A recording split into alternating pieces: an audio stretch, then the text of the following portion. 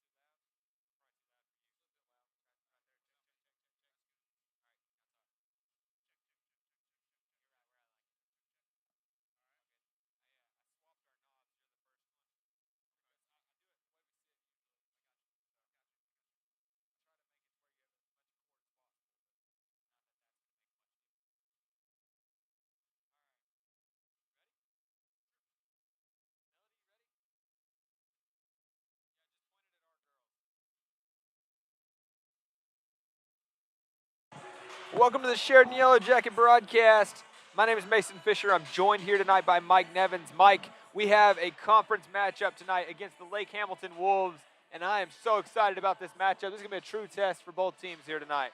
Yeah, so we're coming off a great Tuesday night in Pine Bluff. Both teams winning by mercy rule, and coming to Lake Hamilton on a Friday night, it'll be a great test for both teams for sure.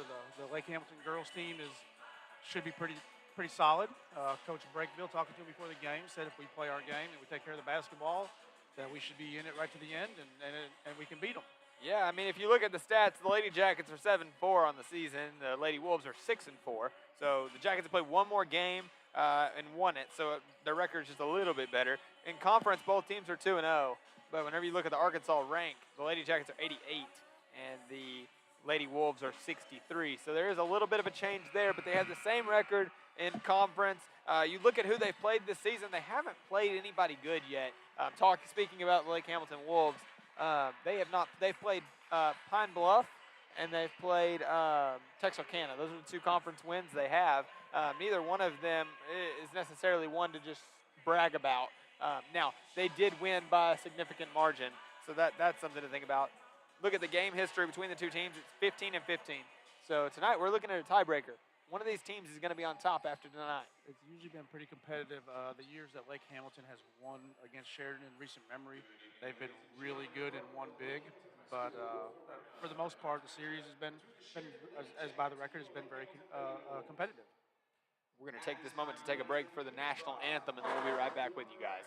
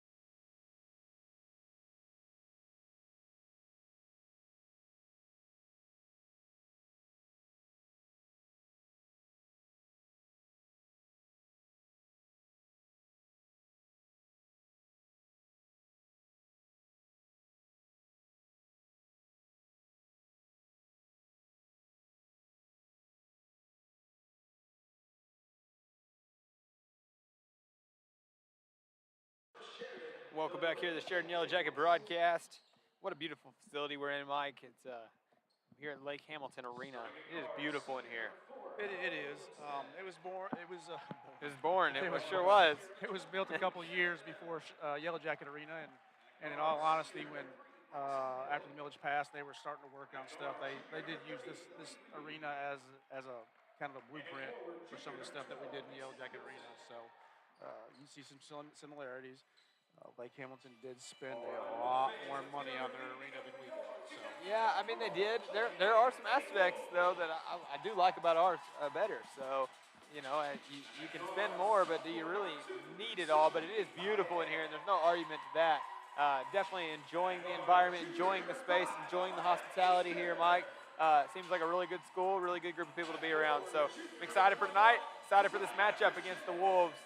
15-15 again is the game history. We're looking at a tiebreaker matchup here.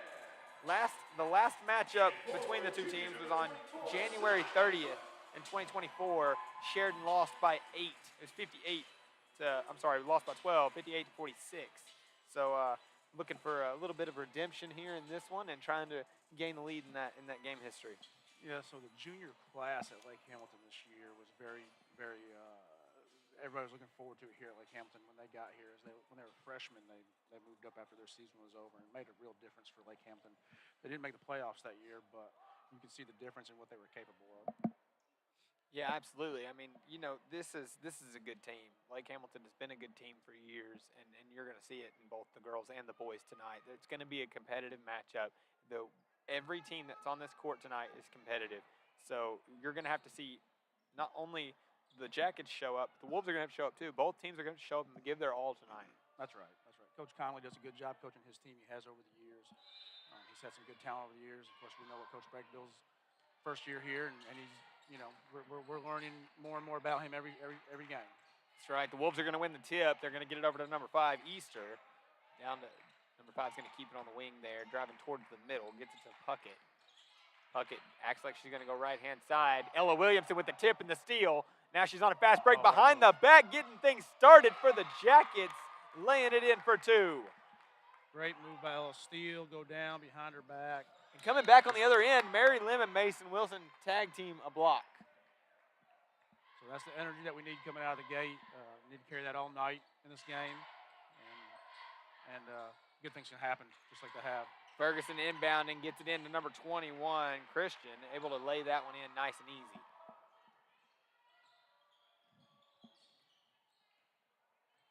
Ella Williamson going to bring it down for the Yellow Jackets here, going right-hand side, looking for Mary Lim. Found her. Now she's going to spin move, go towards the middle of the lane, get it over to Addison Hill, just barely out of reach. Going to fall out of bounds and be Wolf basketball. Pass just kind of floated on her a little bit there, and Addison couldn't quite get both hands on it. Ferguson down to Easter. Now Easter going right-hand side into the post. Good move there. They're going to lay it in for 2. That was number 24, Cook. Got away with a little bit of a hook right there. Good spin move, good quick moves, but she threw that hook around. Ella Williamson coming in now, getting it over to Mason Wilson. Mary Lim between the legs, diving on it, gets it to Williamson. Williamson looking for Mason Wilson in the post. The Wolves are going to come out with it, bringing it back down the court. 21 with a good shot fake. Now they're driving in. Kicks it back out. Hill almost had her hands on that one. Long pass over to Puckett. Puckett retreat dribbles, brings it back out towards the middle, gets it back to Easter. Easter driving left-hand side, gets to the hash mark, throws it back out. Looking for somewhere to go with it. They have to throw it back up to Cook at the top. Driving, fading, no good. Williamson with the rebound. She's going to bring it down for the Jackets. Cross the timeline. Long skip pass to Addison Hill. Hill back up to Reed. This is Lily Reed's first touch of the night. Spin move back towards the middle. Gets it back to Hill. Hill changing sides of the court. That's good ball movement by the Lady Jackets. Mary Lim's going to come back to the middle. Get it back down to Addison Hill in the corner. Back up to Mary Lim. We got 10 on the shot clock. Down to Ella Williamson. Wide open layup for her. Makes it a tie ball game. Great look from Mary. Good cut by Ella. Easy layup. Back to Ferguson now. Ferguson top of the key. Down to Easter. Easter's on the right-hand side wing. Driving. Passes back out to Ferguson. Looking for 3, and she found it. That's the sharp shooter of that junior class. She'll sit out there and hit those if you let her. Yeah, you're gonna have to watch that.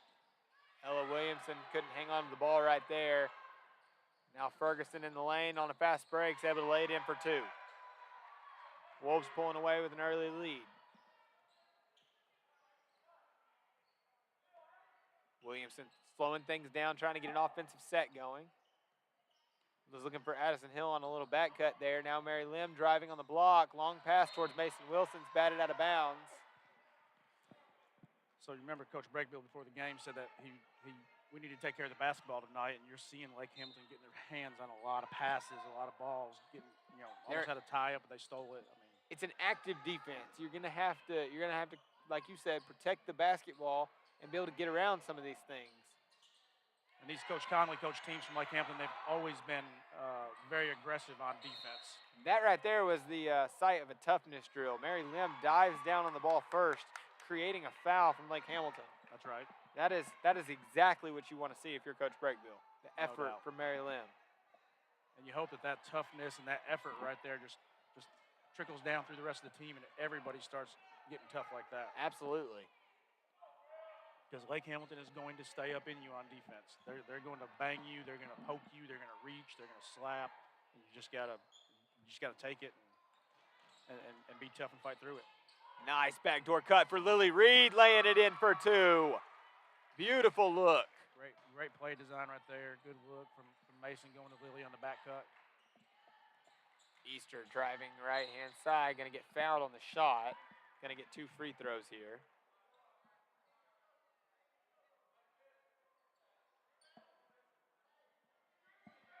Foul on Mary Lim.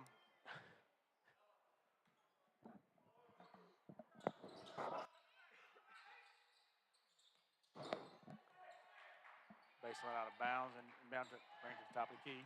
Puckett on the right-hand side, gets it over. Now they're swinging left-hand side, changing sides of the court multiple times, usually increases the odds of scoring. Beautiful pass inside. That was Puckett going in, laying it in for 2. Jackets quickly get it back in and begin to get an offensive set going as Williamson crosses the timeline. Get it to Mason Wilson. Wilson looking left-hand side, finds Hill. Now over to Reed.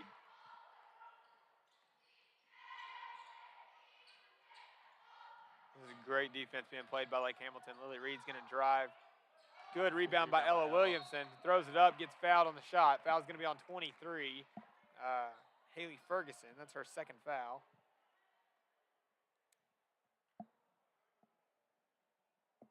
Jackets are down 6 right now. Free throws are key. Sorry, I missed a 5, down 5.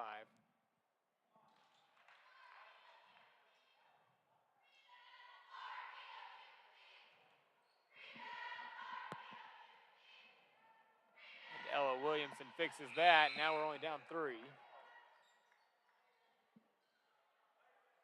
They're going to have to take Haley Ferguson out of the game for a little bit as she has 2 fouls early. And that's pretty big. That's pretty big for the Jackets to get her out of the game. She kind of controls the pace for Lake Hamilton some, and like I said, she can sit out there and hit those threes. Addison had a nice attempt there to steal. You just got to get back in it and try it again. Puck it over to Easter. Easter right-hand side, looking to go, going towards the middle, throws it into the post. It was a beautiful look and just couldn't hang with it. Number 34 gets an offensive rebound. Hannah Pitts, and she puts it back in.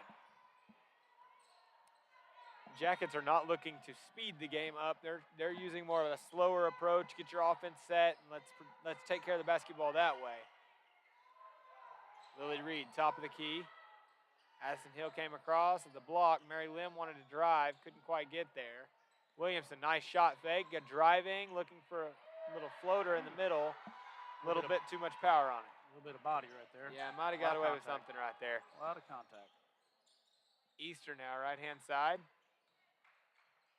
Moving downhill. So early in the year, you would have not seen number 2 there. You would have not seen her bite on Ella's pump fake out there at 3, but over the last 5 games, Ella has really started hitting that shot, so she has to respect it. So Ella was able to pump fake her and then go to the basket. You know, whenever you've got a team that can shoot the ball, it's important to shoot the ball, yes, but it's also important to have a good fake and have a good backup plan. That's Sanai Cook on the line for free throws.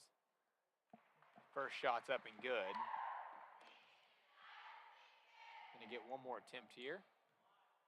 Mason Wilson and Lily Reed there towards the block to rebound. Mary Lim and Addison Hill up top. Addison's gonna get the shooter as the shot falls in.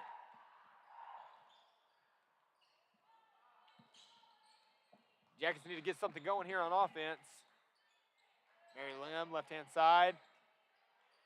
A little bit of contact there. Now she's driving, looking for a little quick jump shot, and she connects with the basket. Good aggressive move to get to the basket and pull up from about 12 foot and hit that jumper.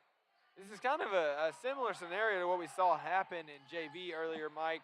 Our JV team was down by 5 to 7 points pretty much the whole game.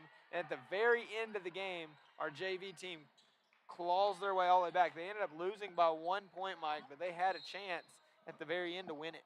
And so it's very similar in this first quarter, kind of how we were seeing it in that girls JV game. Oh, so the girl, yeah, that's before I got here. I thought you were talking about the boys, but the girls JV game. That's what you want to see is just claw back in and fight. That's exactly right. And with this, we're going to take a moment to thank our sponsors.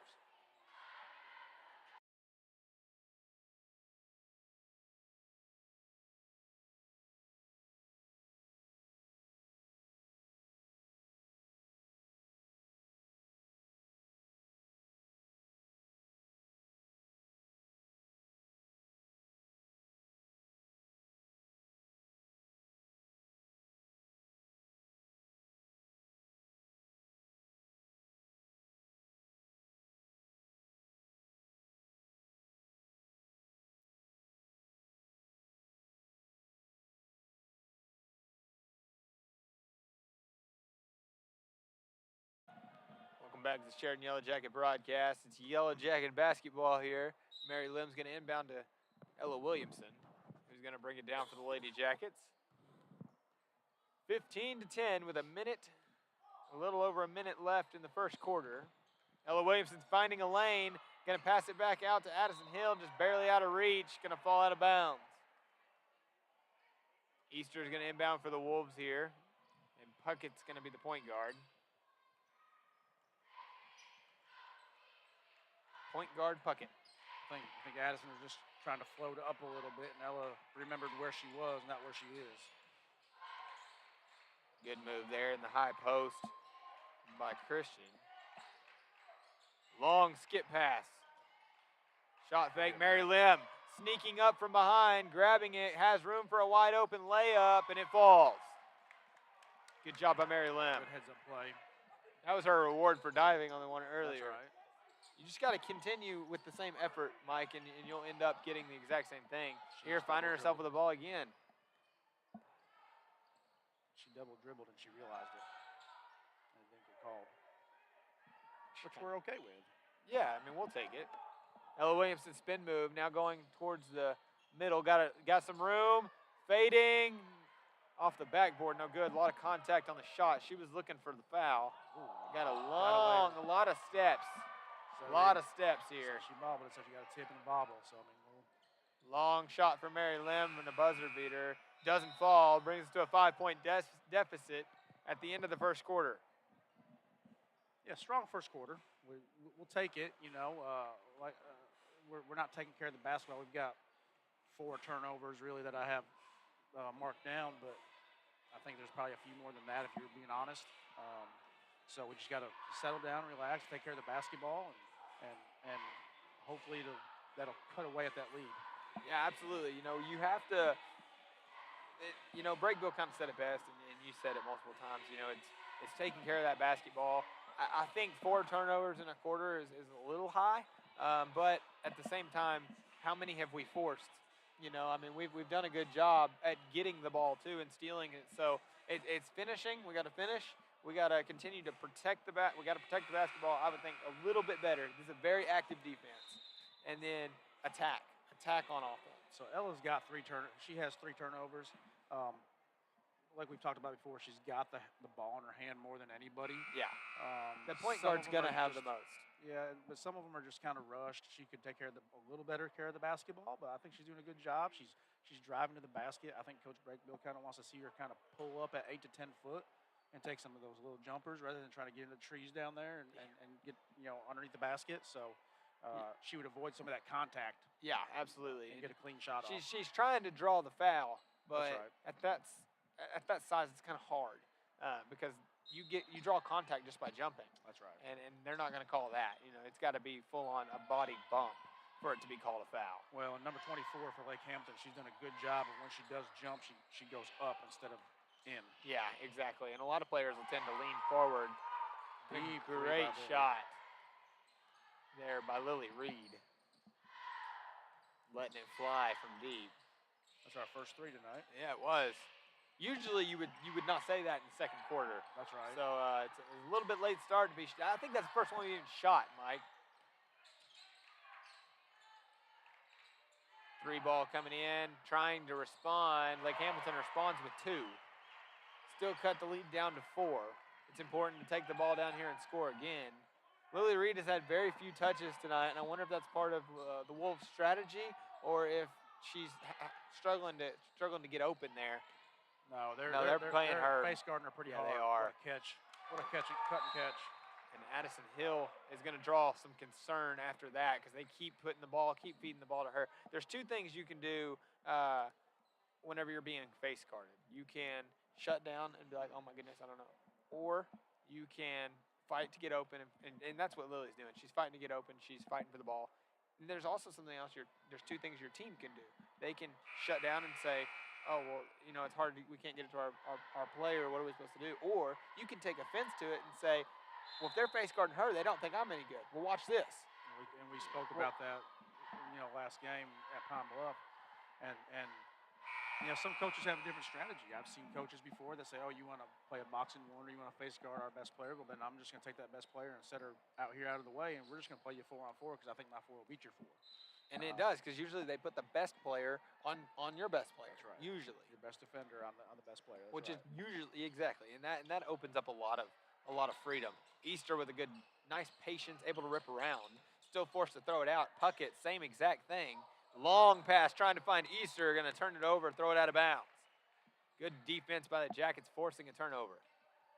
I don't know what Breakville said at the end of the quarter, but I think it's working. That's right. Breakville does a great job at taking what he sees on the floor and adapting his team. That's something that we have at Sheridan with Coach Scott and Coach Breakville both. They are very good in-game coaches.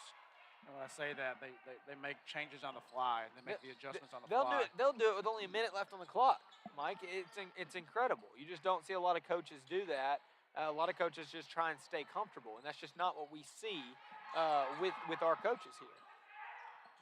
Again, you've got coaches that will say, hey, we're just going to do our thing. I don't care what the other team does. And then you have coaches that will adjust to what's going on in the game and see what's working and what's not and try to make that parlay into a victory. That's right. 4-point game here. Mason Wilson trying to get it over to Addison Hill. Doesn't quite make it there. The dribble handoff was kind of hard to get there. We got a foul before the ball came loose. I think they're going to call it on Lily Reed.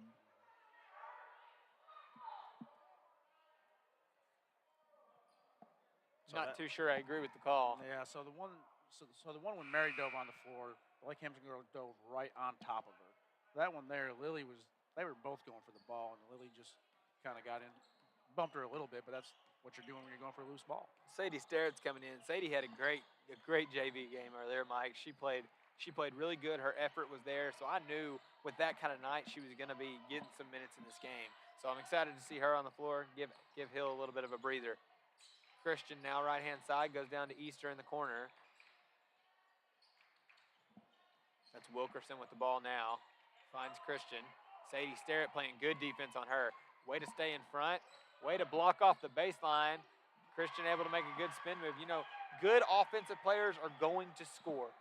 Good defensive players don't foul. And she's probably the best player in that junior class for Lake Hamilton. She's strong. She's athletic. She's fast.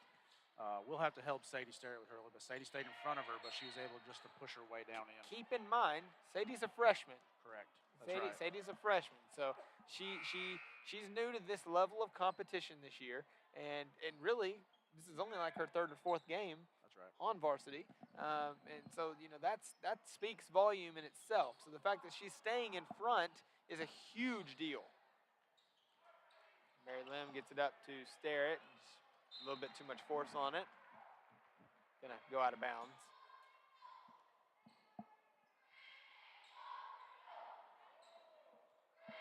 That's the difference in varsity and freshman. You don't see those passes like Mary Lim throws at the 9th grade level. You have to zip it. That's you right. have to zip a pass because it will get just like that. That was Just like lobbed that. over the That's top, and they're gonna take advantage of that every time. That was a perfect example. I think they could hear us talking down there. I think that's exactly why they did that. They just were trying to show what we were talking about. Almost showed it again. Mason Wilson able to get it over to Ella Williamson. She had a little bit of room, but there was 3 defenders closing the gaps. Mary Lim, spin move towards the middle, loses control. Tries to find it, can't quite get back. Now Easter's got the ball on a fast break. Starrett's able to get in front of her and stop her. Now the ball gets over to Wilkerson. And Ferguson's back in the game here. Christian driving. Shot was very short. Lily Reed was able to come up with it. Now the Jackets heading down the court. Ella Williamson behind the back toward the elbow, gets tripped and gonna be a foul on the Wolves. Good move by Ella. She was kind of getting down there in the lane and going to get, again, where she was kind of amongst the trees and got tripped up. So good. It was a really good behind the back move though. Being able to split, she split defenders when she did that. That's really difficult, really hard to do. Good. Lily Reed, good motion, good movement. Way to find her in the post. That was Ella Williamson with the pass. Lily Reed able to finish. Christian down to Ferguson. Ferguson right-hand corner. Going towards the elbow. Finds Easter top of the key. Back to Ferguson at the block. Christian. Long 3, no good. Off the front of the rim. And a quick rebound by the Lady Jackets. Williamson's got to get her offense set. Dribble handoff to Hill. Quick switch by the Wolves. Jackets are trying to get motion down to the post. Lily Reed, deep 3, and it falls. Awesome. Great shot. 1-point game here at Lake Hamilton Arena.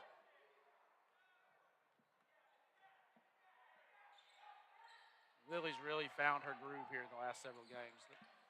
Those 3 seem to just be flowing right off her hands again now. This Lake Hamilton team does a really good job at ball movement and motion. You never see people just standing around unless they're at the top of the key. That's really the only spot we see standing. Ferguson driving the baseline, looking for a floater, and it's good.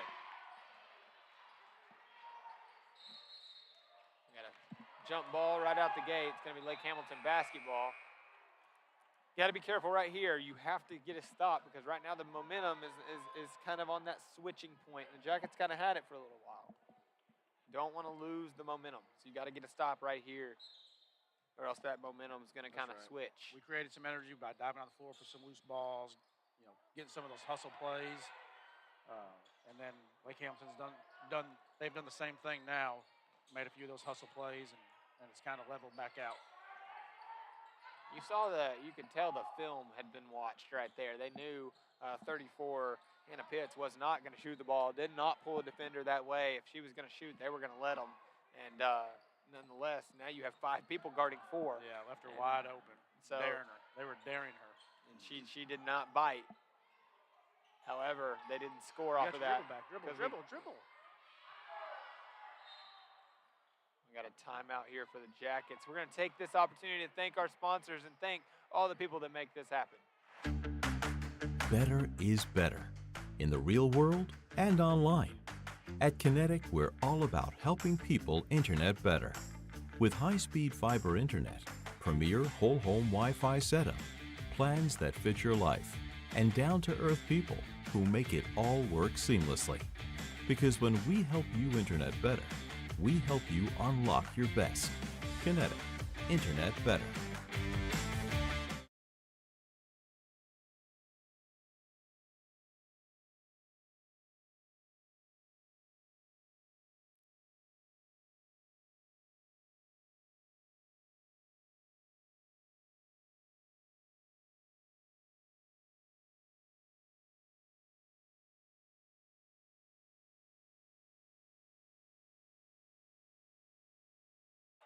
Welcome back here to the Sheridan Yellow Jacket broadcast. I'm Mason Fisher, joined here by Mike Nevins. Minute 48 left to go in the half. Jackets down by 3. Lake Hamilton has led the entire way, but it's been up by as much as 5, I think. I don't know if they've gotten above that. The Jackets, it's kind of been back and forth. That's right. Like the Jackets will get really close, be down by a point or 2, and then they'll pull back ahead by about 5. So we'll see what the shift is here towards halftime and kind of where we lie. Minute 34 to go. Jackets need to.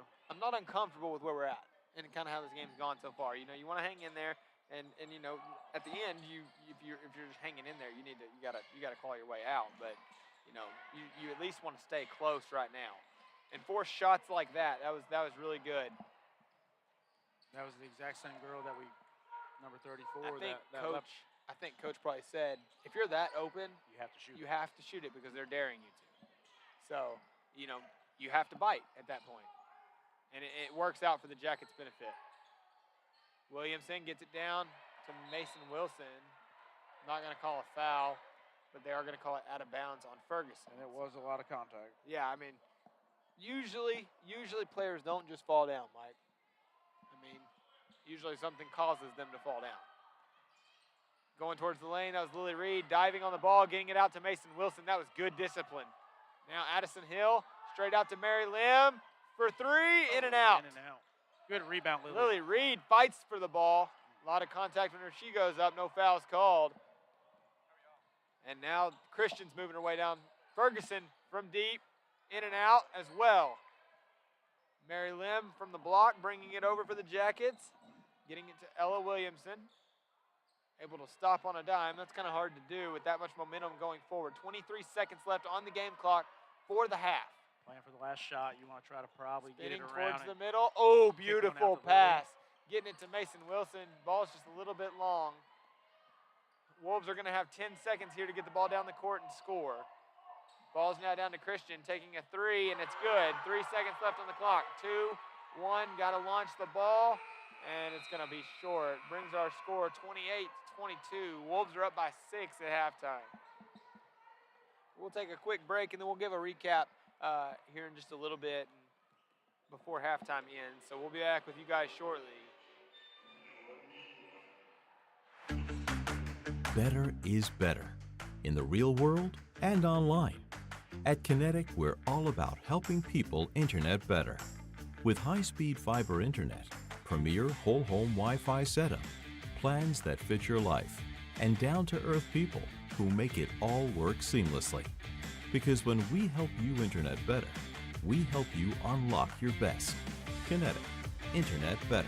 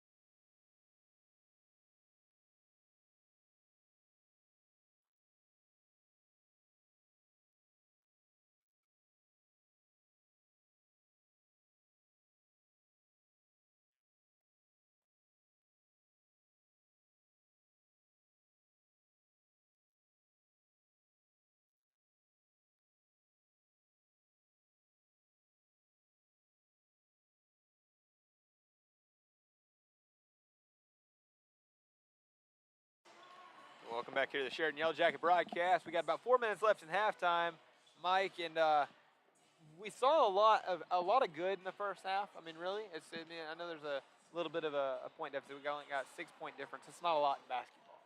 It's really, really not. So a lot to look forward to. But tell us a little bit about what we saw in the first half, Mike. So in the first half, leading scorer is Lily Reed. That's becoming pretty commonplace. She had 10 points in the first half. Ella Williamson chipped in 6. Mary Lim had 4, and Addison Hill had 2. Lily led in rebounds. She ripped down 3 rebounds. Mary and Ella each had 2. Lake Hamilton hasn't taken a lot of shots, and the shots they've got a lot of offensive rebounds. So our rebounding total is a little bit low. Turnovers, we've got 8 turnovers. So Mason, here's what you look at. We've got 8 turnovers and 5 assists. That is not a very good assist-to-turnover ratio. You don't want a negative assist-to-turnover ratio. So definitely not. We definitely want to clean that up. Lily's hit two 3-pointers, and Ella is 2 for 2 from the free throw line. So pretty good half. We'll take it. You're on the road against a very good Lake Hamilton team. Down 6. 3 of that is the 3 at the end of the half there, and a little bit of an unfortunate turn. We miss a layup down here, and they come down and hit a 3 with a couple seconds left. So yeah, I mean the 5-point swing at the end, it kind of hurt, but it also shows just how fast you can make up 5 or 6 points. 6 points is not a lot in this game. Lily Reed hit one from the logo a little bit earlier in the night. It takes one more shot from her, and then Mary Lim hitting another one. I mean, it's literally still only a 2-shot game. That's right. It's a stop, a stop, and a shot. So. Yeah, I mean. Okay, flashback to the boys' game last week. The boys scored 5 points in 3 seconds going into halftime last week. On Tuesday night, that's right. In 3 seconds, they scored 5 points, Mike. That's right. It can happen that fast in this game. So this game is far from over. Lots of time left, lots of basketball left to be played here tonight. And I'm excited to see what they bring out of the locker room, Mike. I think Coach Breakville's got to be happy with where they're at the half. He's not. He can't let them know that too much though, because No. you gotta stay on them, or else they're gonna get comfortable. Well, I'm gonna guess that the halftime speech was a little bit less animated than what I heard it was last week. Believe that. So, well, there's 2 things you can do whenever you're down. You can go in there firing mad, and sometimes that works. Or you can pull the Coach Kelly approach and walk in there and be dead silent.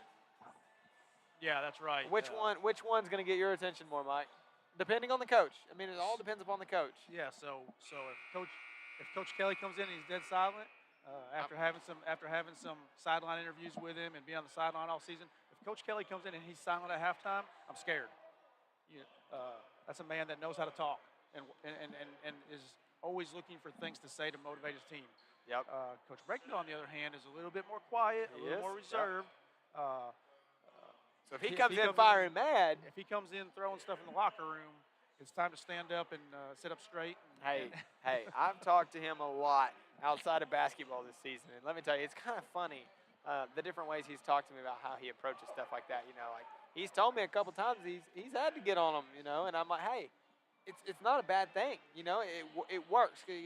If you're one of the coaches that doesn't do it every day like that, then whenever you do go in firing mad, it gets people's attention. It's an attention grabber. And exactly. that's a good thing.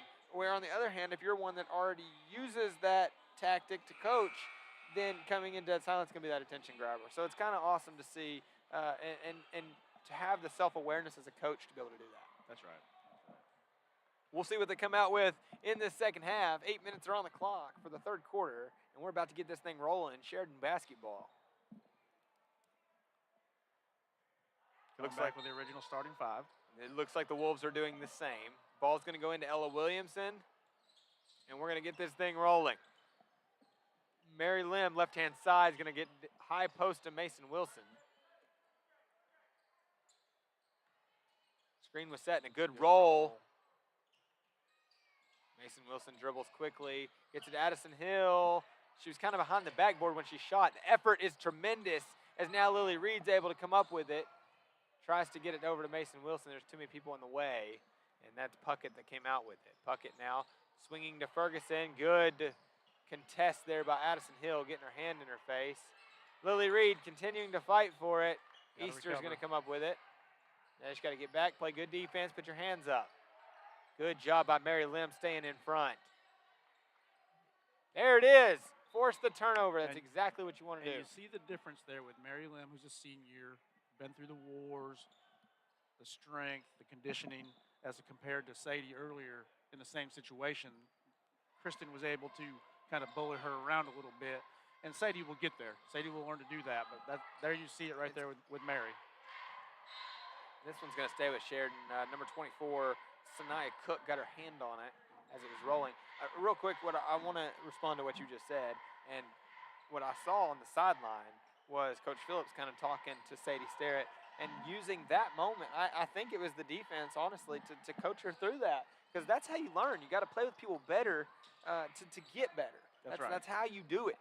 And that's why bringing her up and playing this level of basketball is so crucial to the future of this team. No doubt about it. And Mary Lim breaking through, laying it in for two. That was a mean layup coming through there. Fighting through, underhanded. Now Easter from 15 feet. Shots off the backboard, no good. Long pass to Addison Hill on a fast break. Good patience. Mason Wilson, way to come in and save your teammate. Now she's falling on the ground for her ball. We got a timeout by Coach Breakbill. I would think that Coach is okay with Easter taking those 15 to 16 footers all night. I don't think that's really Lake Hamilton's game plan. That shot there hit kind of high up on the glass from about 15 foot. So just like letting number 34 there shoot threes when she wasn't confident doing it. If Lake Hamilton wants to settle for those, I think Coach Breakbill will be just fine with that. That's exactly right. And I want to take this moment to thank our sponsors. It's very important that we have our sponsors. They sponsor this broadcast. And they do a lot for us. Arkansas Weight Loss. Arkansas and Wellness provides comprehensive weight loss plans, medication, and coaching to help you reach your goals. They are a leader in providing state-of-the-art laser, facial, and hair treatments. Check them out at www.weightlossar.com. Also want to thank Allen Gate and Panel, TMK Properties, Kinetic, Hughes Electrical, and Hop Shop Custom Apparel.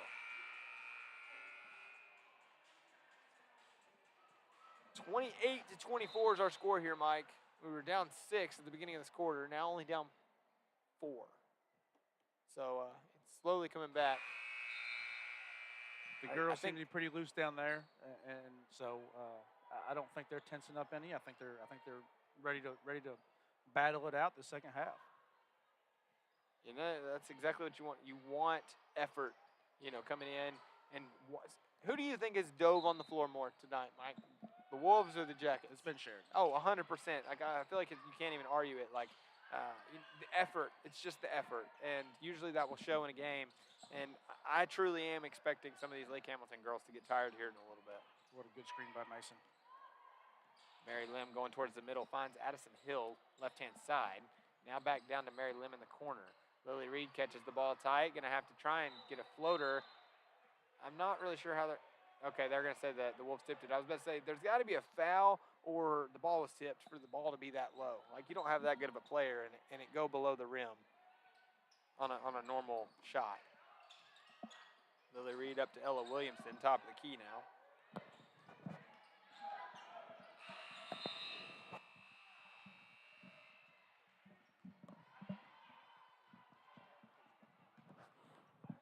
Shot clock violation there by Sheridan.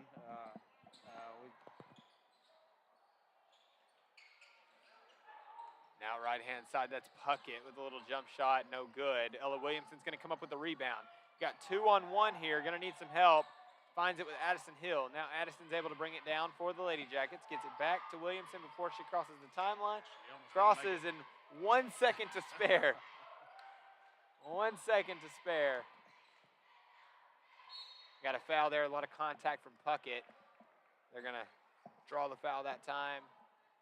And for as long as I can remember, that's Lake Hamilton's defense. They are always pressuring the ball. They're up in your shorts. They're always trying to just turn you over. And they're very physical. And when they're here, they get away with a lot of stuff that they don't get away with at other places. There it is, Mason Wilson coming out with it after Lily Reed with the effort. They were fighting for the ball. and then Mason Wilson drives in. She's going to get fouled. This will be a 2 free throw opportunity.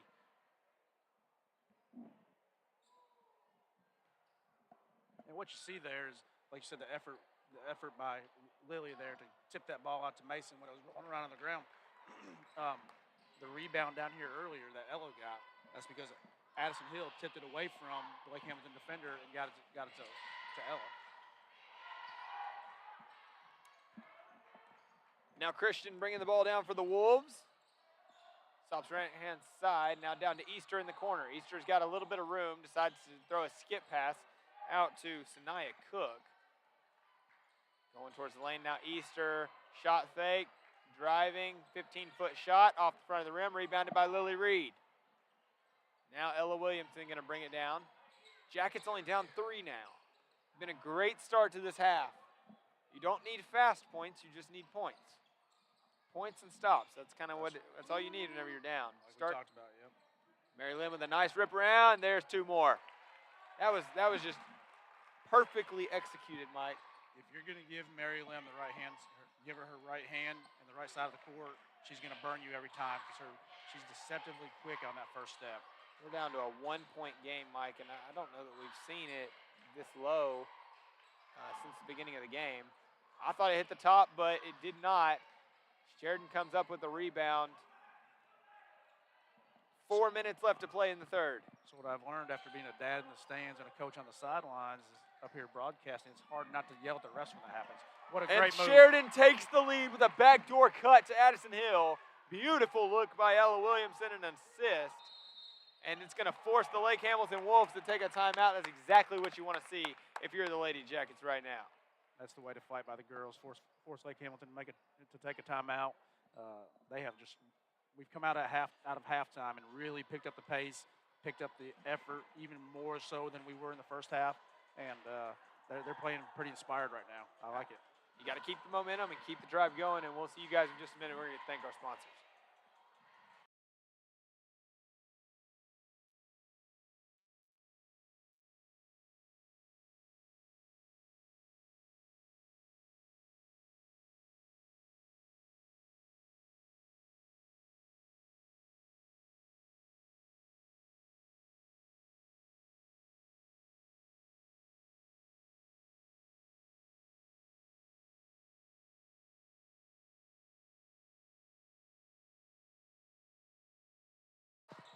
Welcome back here. Ball's quickly inbounded by Ferguson. Just under 4 minutes left to play in the quarter. 3 ball coming short. Good save that time by Easter. Drove in by Johnson. I'm sorry, not Johnson. That was Sanaya Cook. A lot of pressure brought that time by Wilkerson of the Wolves. Sheridan able to recover. Lily bringing down that good rebound right there, ripping it down. So. Lily Reed from deep, connects. There it is. Sheridan extends the lead now to 4. I'm telling you, early in the season when Lily was kind of struggling just a little bit, she was almost forcing those threes, kind of moving a little bit. It is really just flowing off of her hand right now, so smooth. We saw Christian driving on the right-hand side. I'm sorry, not Christian. Easter, right-hand side, and I think drew the foul on Addison Hill. Now I see Sadie Sterrett's ready to check in and come in for the first time this half with 3 minutes left to play in the third. First free throw's up and good. You know, that's kind of been the common switch out is Sadie for Addison. Especially this week. Addison's been a little under the weather. I think she's feeling better now because her reaction when she was having to come off the floor was one of, I'm good, coach. Yeah. That's how I describe it too. Good way to put that. Williamson comes across the timeline, picked up by Ferguson. Dribble handoff to Mary Lim, gets it up to Lily Reed. They've now figured out that she can shoot from where she's standing, no matter where she's standing on the court. Well, they switched who's Gardner. Kristen has been Gardner, and now they've put 24 on. Hammer pass to Mary Lim for the assist. Down across the baseline, and it's good. Easter was going to drive, decided to pull it back out.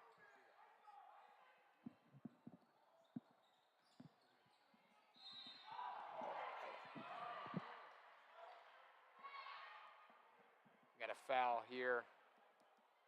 And let's see who it was on. I think it was on Mason Wilson. Caught me looking away for a split second, and I missed it. It was on Sadie Sterrett. Sadie Sterrett, okay. He was holding, okay. I thought that 2 was for the 12, and it was for 2 shots. That makes sense. It's Ferguson shooting free throws. First one's up and good. Second one follows. 3-point game now. And we've got Sophie Puckett checking back into the game, taking out Sanaya Cook.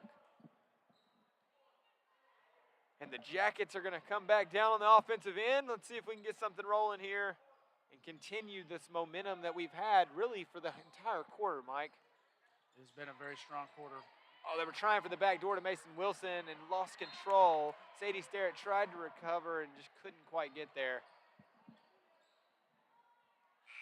And now Addison Hill is going to check in for Mason Wilson. Give Mason a break. I like this rotation. I like him taking someone out, give him a minute or so on the bench, and that's exactly what he's doing. It's not a 1-for-1 deal like you see with a lot of teams. He's just letting them rest. That's all he's doing. That's what you do. You find 6 to 9 people, and you just do that. You got a charge. Addison Hill gets her feet set, able to take that one for the team. Now it's time to take one to the house. See, she said, "I told you, Coach, I'm good. I'm good." She moved her feet very well there, got in front of Kristen, and took that charge. That's a big charge right there. Absolutely. Good job by Addison Hill. At the beginning of the season, oh, that was cool. That was a good move. Wish that Christian would have bit just a little bit more. At the beginning of the season, Addison really drove away with a lot of the effort that started all of this. And, since we talked about her in that very first game against Camden Fairview, I've seen so many of the other girls pick up on it and feed off of her energy, and they've picked that up. So it's a good way to lead and a good way to start something great for this Jacket team. And I think that honestly belongs a lot to Addison Hill. Well, listen, Addison is a very vocal leader as well. She's not just going to lead with her effort. She's an extremely vocal leader. She's not worried about making another girl mad if she tells her something that she doesn't want to hear. So she holds everybody the same standard that she holds herself to. Absolutely. The foul was on Sophie Puckett. It's her second foul of the game. First shot by Lily Reed's up and good. Jackets need the free throws here. Want to keep the lead for the third quarter. Whenever you're coming out of halftime, you're down 6. You play like it's 0-0. You don't play like you're down 6. You play like it's 0-0. You reset. You come out here, it's a new game, and you got to win the quarter. Your goal every quarter is win the quarter. If you win the quarter, whoever wins most quarters usually wins the game. That's right. It's usually how it goes. That's kind of a cheap foul for Lily. You hate to see Lily get that foul on a missed free throw. 80 feet from the basket. I gotta say, something I love about this arena is on their scoreboard, it doesn't say home and away. It says Wolves and Jackets. They're able to input it digitally. I love it. I think it looks great. Christian driving the lane, in and out, off the backboard, no good. And Addison Hill comes up with it. I really thought that was going to be an easy little bunny shot, and it was not. I'm glad it didn't fall. Sadie Sterrett now driving towards the middle of the court. Tries to find Mary Lim. Addison Hill there to save it. Going to get foul drawn. That was Sophie Puckett with her third foul now. Three fouls. It's the end of the third, so it's not really too dangerous. Kind of right on track, really. But what that does, that's Lake Hamilton's 5th foul, so Addison goes to the line for 2 here.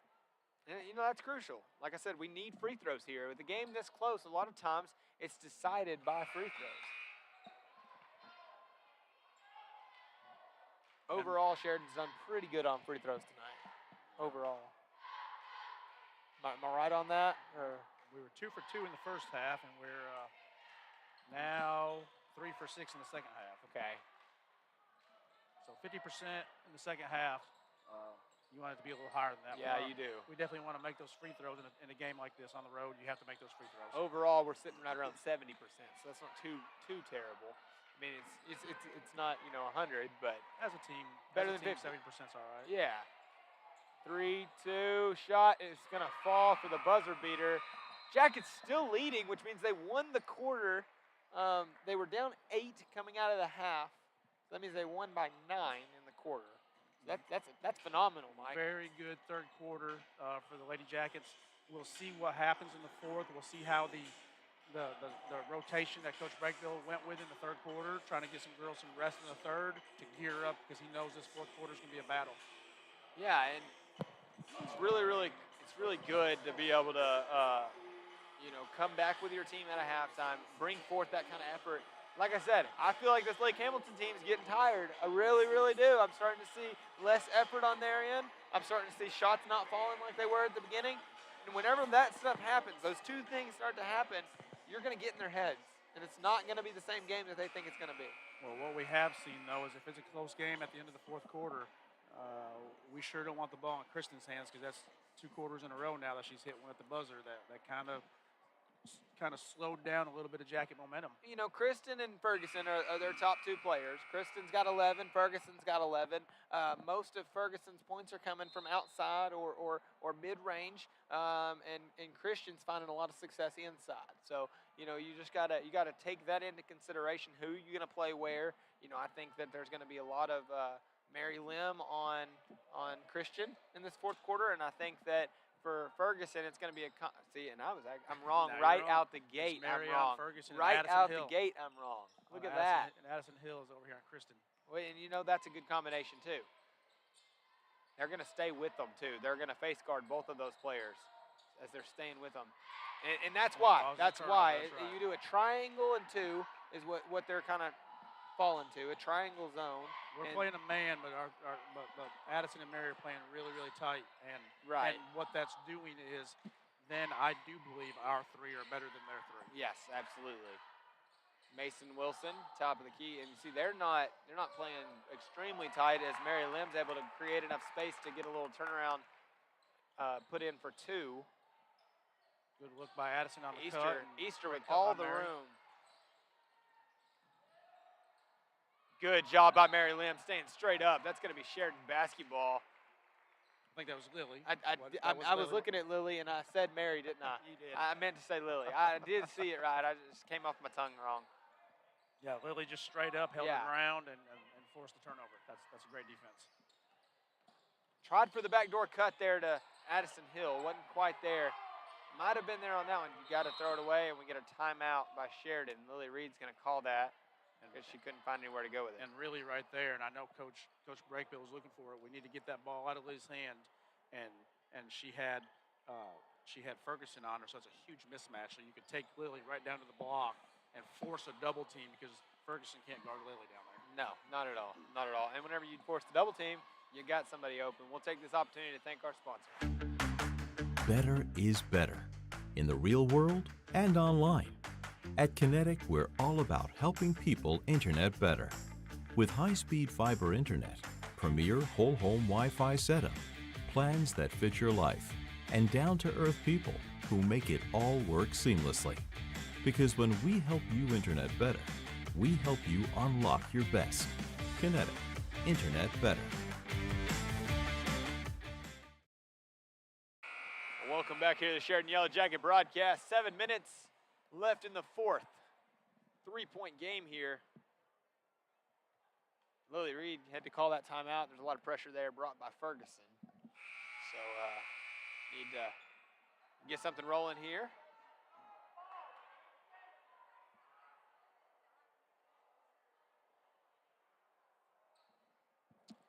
And here come the Lake Hamilton Wolves.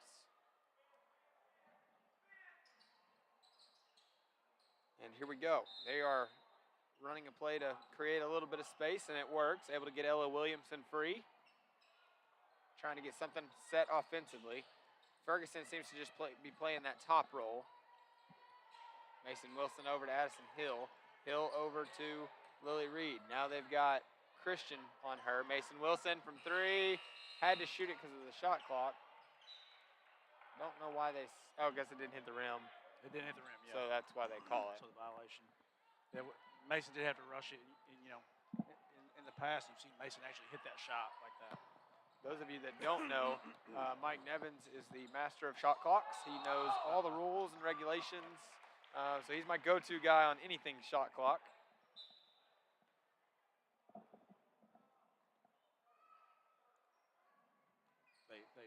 on the AAA website, they do have it where you can print that off and just read all the rules. So every year I have to give myself a refresher on it. But I think he reads it. That's what he does instead of reading Christmas lists. He just reads the shot clock rules. What do I want for Christmas this year? Oh, a new shot clock. that's right. A remote that works. A remote that works.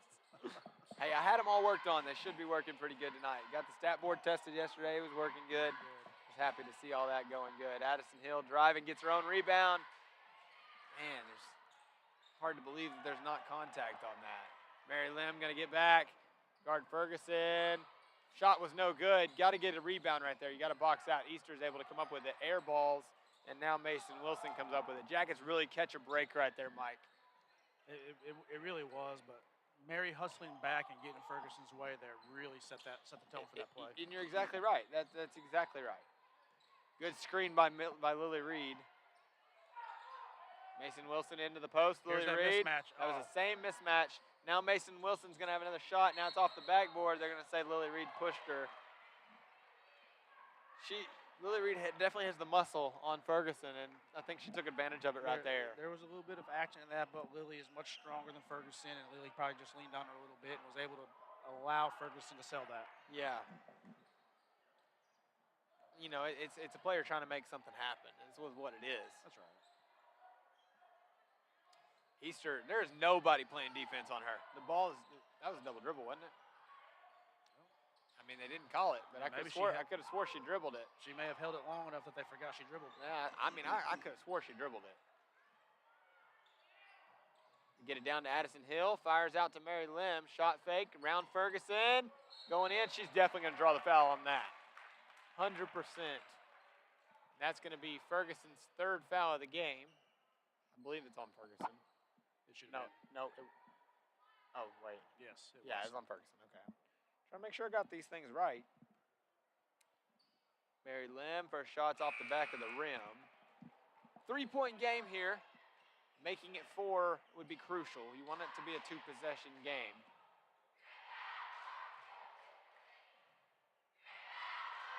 And here we go. Second free throw's up and off the back of the rim. Christian's going to come up with a rebound, and she's going to take it down for the Wolves. Looking, finding, that's Wilkerson driving. Now, way to pull it out. That was a good decision by Wilkerson. Retreat dribbling, getting it out of there. Skip pass all the way to Wilkerson. Off the rim, no good. Fighting for the rebound and a putback. That was Sophie Puckett. Now it's down to a 1-point game. We've got to make sure that every time a shot goes up by Lake Hamilton, there's got to be a yellow jersey on every body. Exactly. That's the only way to, for sure, get a rebound.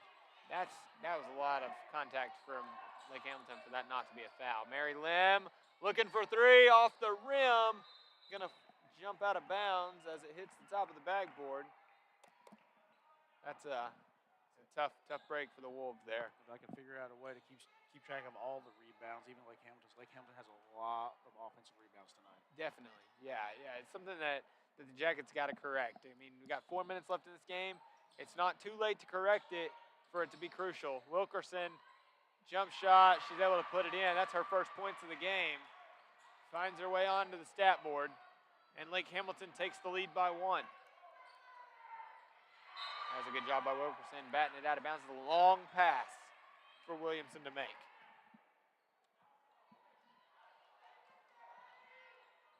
Yeah, Wilkerson was a little lost there, and she just happened to recover just in time to go over and get a piece of that ball.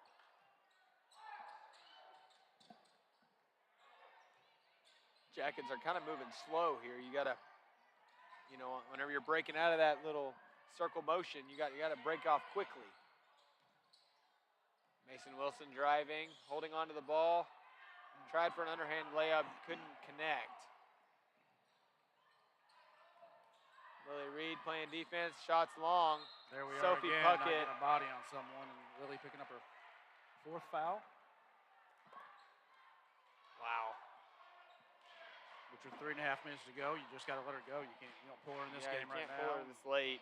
Not a 3-point shooter like her. At this point, you need shooters. And now, with the potential to go up by 3 points. You need your personnel in there. Sophie Puckett knocks down the first one. But you will see Lake Hamilton every trip now go straight at her. Yeah. So, and with 4 fouls, Lily kind of becomes defensively ineffective down there because she can't be as aggressive on defense as she needs to be on the post. You can't leave zero space because you can't put yourself in a position where you could foul. So what you want to see here is on defense, we're going to want to see Mason Wilson try to be down there helping control that lane some. Lily Reed was jumped. The ball was tipped. Got tipped, didn't it? Yeah, it looked like there was contact at first. Good tip by Ella. Mason Wilson tried to get it right back to her to reward her. I thought that was a double too. Mary Lim off the back of the rim, no good. Ball's going to come out of bounds, going to go to the Wolves. That's the effort you want. Now you just got to go down and get a stop. Come back and do it again. Eventually those shots will fall.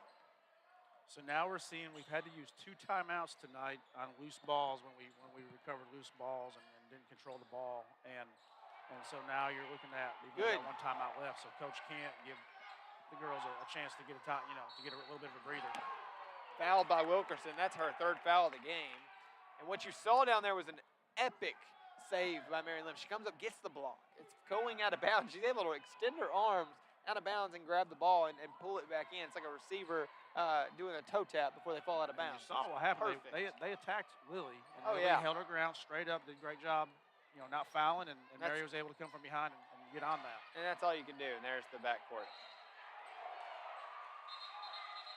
We got a foul. They're saying it was tipped. Oh, it was either contact or it was tipped. It's either contact or it was tipped. There is one or the other. He says he's sure.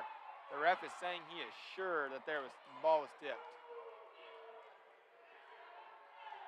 I hope this goes Sheridan's way. I do too. But I don't think it was tipped. I thought it was contact. I thought she hit the girl. So they gave it to Lake Hampton. It was 2 against 1 in that argument there in the huddle. And again, from here, I think it got over her hand, so it might have been contact. If you want to call a foul. Yeah, I mean, I think a foul was the right call. I don't think a tip was the right call. So good job by the refs making that decision. Sophie Puckett, Lily Reed did a good job backing up. Created just enough room to draw a contest, but no chance of there being a foul. Mason Wilson out to Mary Lim. Now Lily Reed, good, 1 more pass. Now Addison looking for 3, in and out. Lily Reed, offensive rebound. When you need it most, spin move off the back of the rim, no good. We got a foul on Addison Hill. And I think yep, foul on Addison Hill. Which Addison did not agree with. No. I think she got hit and kind of thought that foul should have been on the other player and then realized that they called it on her. It kind of looks like she got hit in the mouth a little bit. Sophie Puckett, Wilkerson, left-hand side, back over to Puckett. Puckett's got some room. Lily Reed has to kind of do that same thing again. Still comes up with a rebound, but a quick steal by Sophie Puckett's going to reset the shot clock and cause some misfortune there. She's just kind of bowling her way down there now. Go get it, Mason. It's going to be backcourt. It's going to be backcourt. It is. Absolutely. And that's exactly what you want. A minute 24 left. We've got to create a play to create some space and get a shot up. We need two quick shots. We've got over a minute, so we're guaranteed at least 1 more possession after this. 3 if the ball goes the way we think it will, and it's going to be knocked out of bounds by Ferguson. I think all the players on the court are getting a little winded here. They're all gassed. We haven't seen any subs in this 4th quarter by either team. Very few timeouts, very few dead balls. Very active 4th quarter. Mary Lim's going to drive off the front of the rim, no good. Now it's Sophie Puckett going to bring the ball down for the Wolves. She's going to slow things down. Minute 2 seconds left. Jackets are definitely going to get the ball 1 more time, but they need a stop right here. Wilkerson. Lily Reed playing defense on her. Wilkerson driving. And we got a timeout Lake Hamilton. by Lake Hamilton. We'll take this opportunity to thank our sponsors.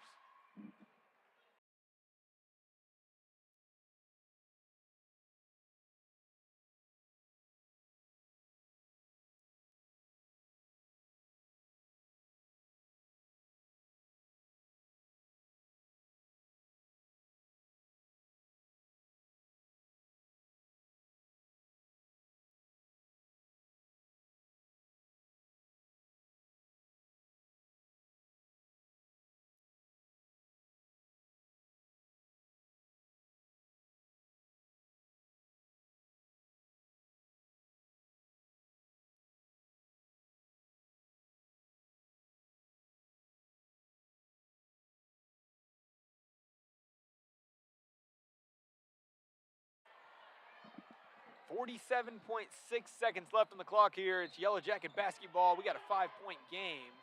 Jackets have got to make something happen quickly. And there's Ella Williamson driving to the basket, making it happen. Jackets are guaranteed to touch the ball at least one more. Oh, they reset the shot clock at a. They did a good job holding the ball out of bounds, because now all of the Wolves have to do technically is hold it for 26 seconds, as there's no shot clock. And so we might have to foul here, and that's exactly what we do.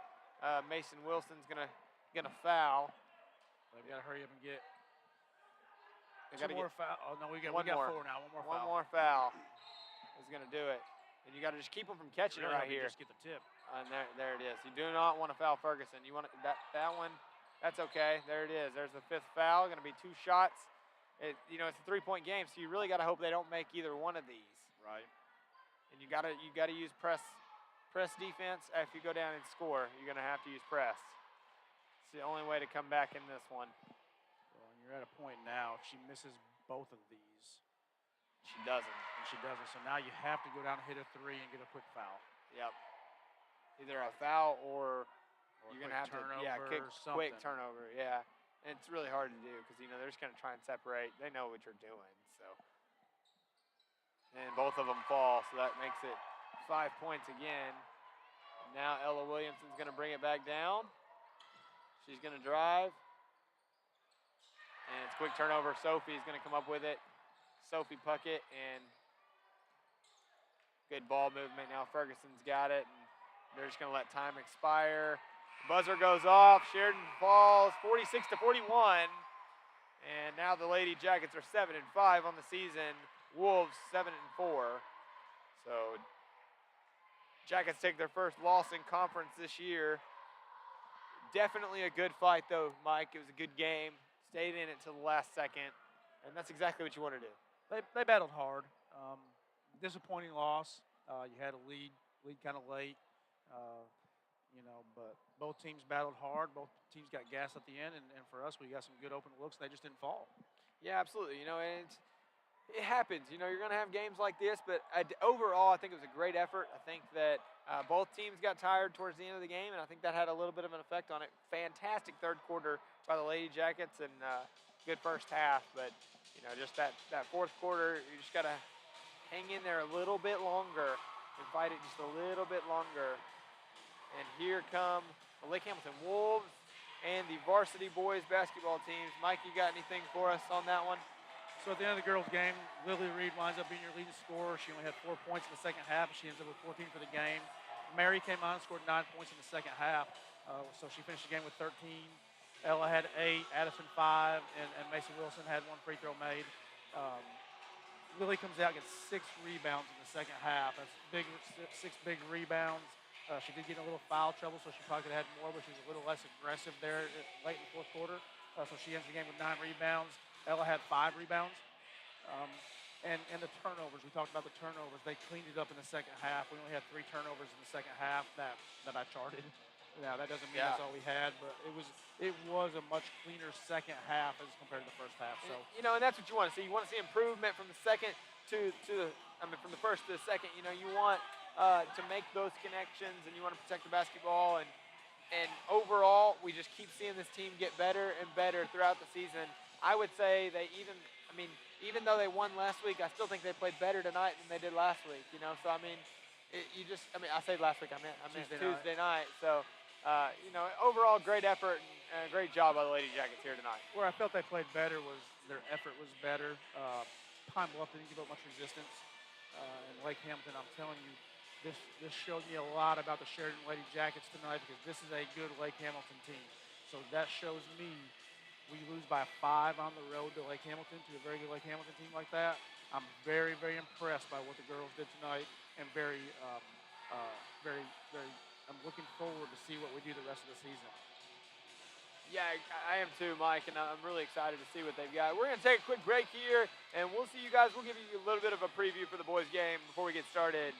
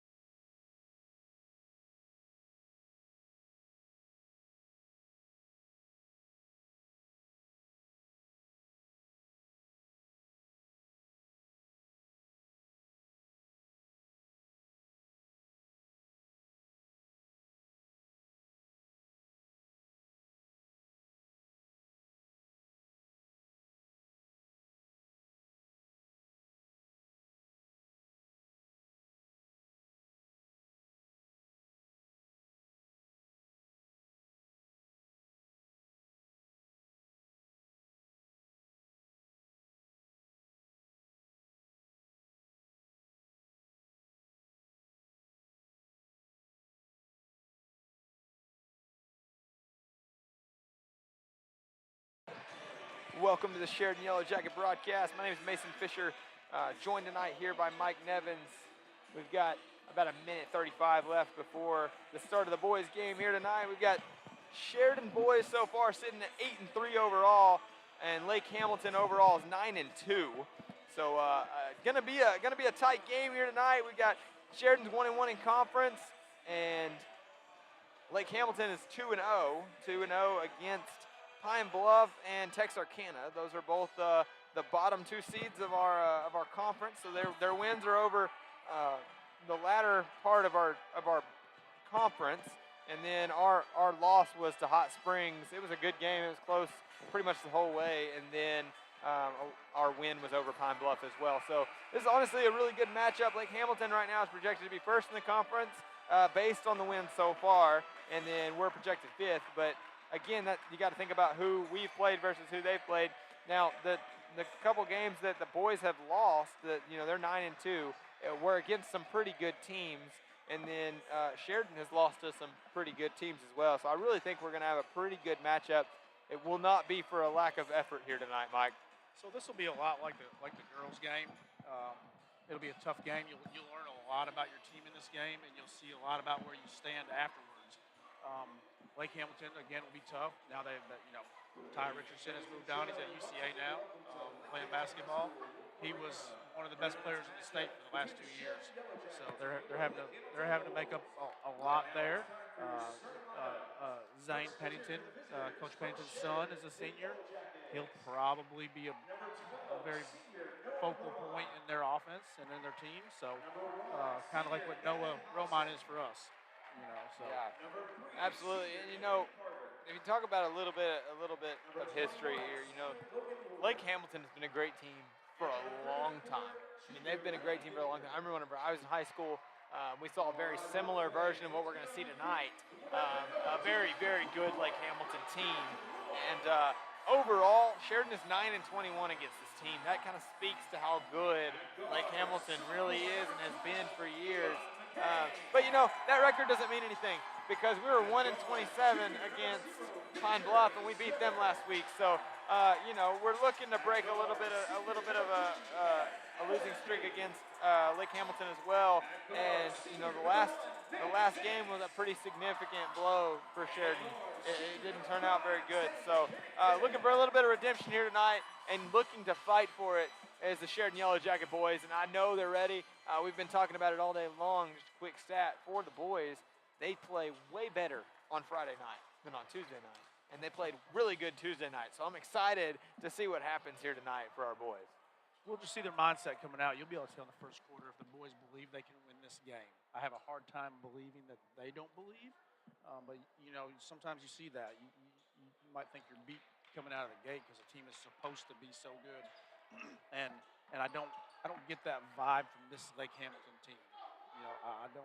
I don't get that vibe that we don't feel like we can win this game. So we'll see where we stand, and we're getting ready to tip off. We'll see number 5, Zane Pennington. That's the coach's son. They're ready for the tip off against Lane Bickford. And Lane's not going to jump. He's just going to let him have it. We're going to take the possession arrow instead. And Noah Romine's going to step up on defense here. Number 0, Victor Easter. You're going to get it over to Vance. Vance trying to find somewhere to go with it. Zane kind of had a little bit of an opening. Pennington behind the back going into the lane. Quick pass out to not Easter, that was Vance. Shot was no good. Lane Bickford comes up with the rebound. Now Noah Romine.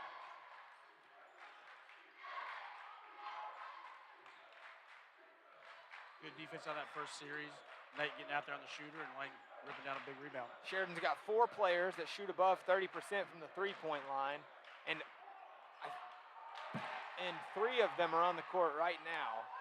The turnover, Easter comes up with it. He's going to drive all the way to the lane, going to draw a foul. Doesn't make the shot. Had a little bit of room there. Definitely should have made the shot, but doesn't. So he's going to get 2 free throws here. Foul on Gavin Hobson. He kind of swatted down on the ball and then made some contact. So I saw contact like that get brushed away in the girls' game. I was kind of surprised that they're calling it here. Refs kind of change the way they can do each game. Sometimes it depends on the speed of the game. I think that the intensity changing from the girls' game to here, I think sometimes that does kind of mess with the officials a little bit. That changed. First free throw is up and good for Easter. Second one follows, 2-0. And Noah Romine got to get something going here on offense. Nice turquoise shoes on. Quick pass out to Logan Ward. Back up to Nate Carter. Driving off the backboard, and it goes. Good drive by Nate Carter. I was talking to him before the game. I said, go play hard. He said, you know me, you know I will. That was exactly how he said, you know me, you know I will. I said, I know. Already seeing it here at the beginning of the first. That was Vance with the long shot. Easter, excuse me. I'm going to get them confused all night long. That was Nate with a rebound. Kind of a Noah. Karen rebound. Noah had a good pass fake there to Hobson. Decided to drive baseline. Draws the foul on the way out. Foul's on Victor Easter. It's his first foul. And you see that a lot with Noah. Noah just gets so many defenders out of sorts because he's just so shifty. He can start and stop. He's going to pull up quick. Good job by Lane Bickford getting that rebound. Gavin Hobson trying to put it back. Good box out there by Zane Pennington. Gives the Wolves the rebound. And Zane with a rip around behind the back. Gets stuck at the elbow. They're going to give it over to Vance. Pulling up from three. That was hit the shot clock, so that's going to be out of bounds. The shot was made by McCain. Or shot by McCain, excuse me. This game showing to be a little bit more defensive as we're 2 minutes in and it's 2-2. Yeah, so Lake Hamilton and Sheridan have a big rivalry. Sometimes it's a big game for both teams, and so you'll see a little tightness when it comes to shooting early on. And there's a good deflection of a pass there by Lake Hamilton. They're going to bring it back down. It's Vance with the ball now. He's going to get it over to Easter, right-hand side. No, Romine's going to pick him up as he approaches. Got a man defense here. And Zane Pennington makes his way to the lane and draws an and one. Fading, falling out of bounds. That's a good shot.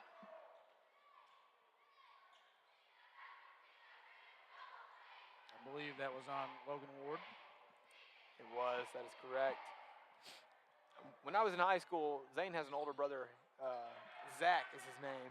And when I was in high school, Zach was on this team. And watching Zach play, I'm seeing a lot of Zach and Zane right now. And they both are great basketball players, so it's kind of fun to watch them play. And Gavin Hobson connects from the corner. It's like Lake Hamilton does something, and YellowJackets come down to respond. Come right down and do it. That's exactly what you want to do. The difference you see in Zach and Zane is Zane is a little thicker, a little more physical. Zach can handle the ball really well, a great sharpshooter.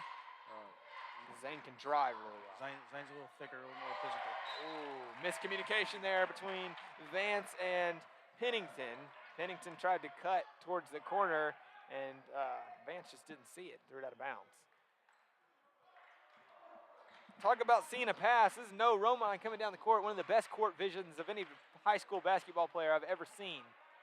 Lobs it over the top, gets it to Lane Bickford, who connects. Sheridan takes the lead.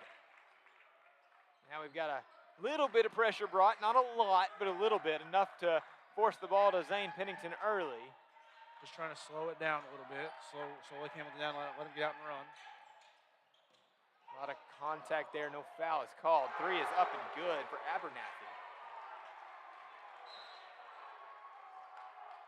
Got a whistle blown. I think it's going to be a warning for Lake Hamilton on a delay of game warning for touching the ball after they make a basket. Okay, yep, you're right. I think you're right.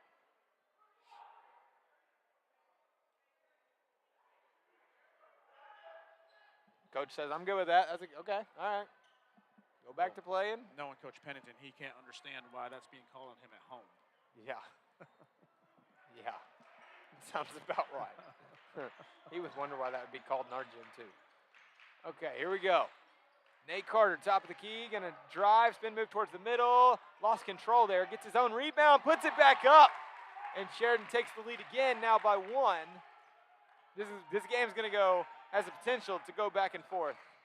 Great hustle and physicality by Nate there, getting his own rebound and going right back up with it. That's a great shot by Nate Vance. Got a little hesitation on the shot, didn't know if he wanted to shoot it or not. Usually those don't go down, and he made it. Dude, it looked really good.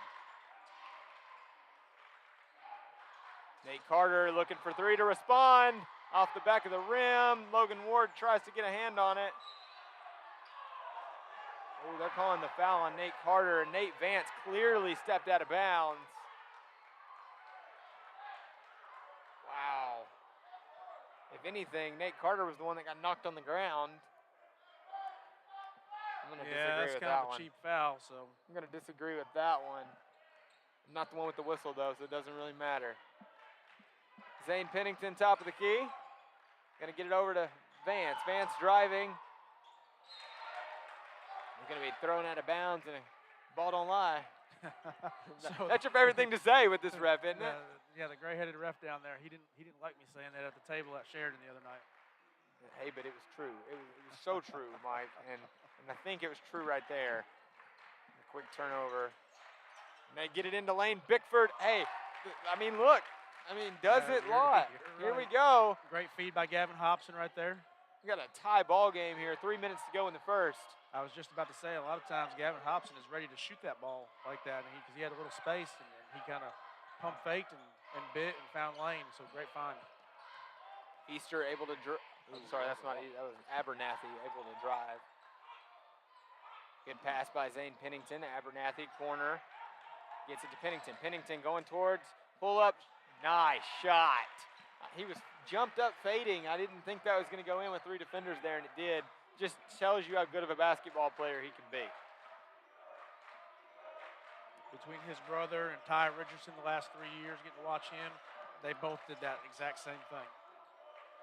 Get it to Nate Carter. Nate Carter's going to drive. It's going to be off the rim. No good. Zane's going to come up with a rebound. Now Pennington's going to bring it across the timeline for the Wolves. Long pass to Abernathy. Abernathy, good shot fake, discipline. Now Pennington has a shot at it, and it falls. They have found a shooter. Pennington now with half the points of the Wolves total. We're falling for a lot of pump fakes. We're leaving the floor on their pump fakes, and it's giving them some open shots. Logan Ward connects from the corner. And listen, that should have been an and one. They tried to block him out a little early, I thought. Logan Ward immediately gets a hand on the ball. And that's good to go get a touch, even though it goes out of bounds. It gets in the head of the people you're defending, so it's really good. Dawson Griffin's going to come in for Lane Bickford. Give him a minute to rest.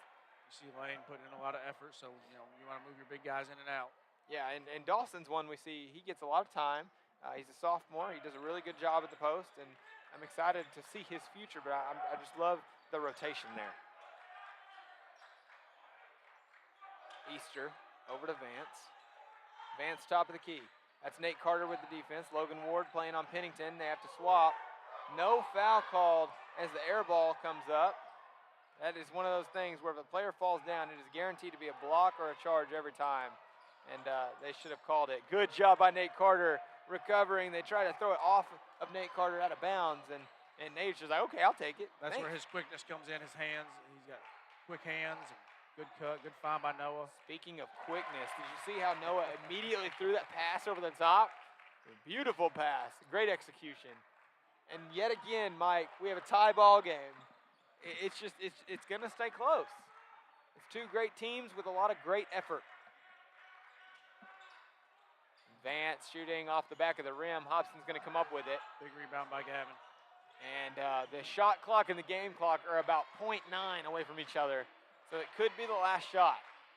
I think they might hold it, or at least try to hold it. The Wolves are going to bring some pressure, enough to force them to move the ball around. That's kind of gets a little bit difficult. We're at 17 seconds. This spot that's going to create a trap. Now Gavin Hobson does a good job coming to get it. Gavin pulling up with 7 seconds, and it goes! 5 seconds. And Logan Ward, 2 weeks in a row. Are they going to do it? Oh, it doesn't connect.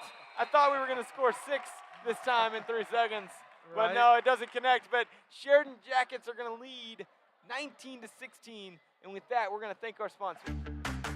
Better is better in the real world and online. At Kinetic, we're all about helping people internet better. With high-speed fiber internet, premier whole home Wi-Fi setup, plans that fit your life, and down-to-earth people who make it all work seamlessly. Because when we help you internet better, we help you unlock your best. Kinetic, internet better.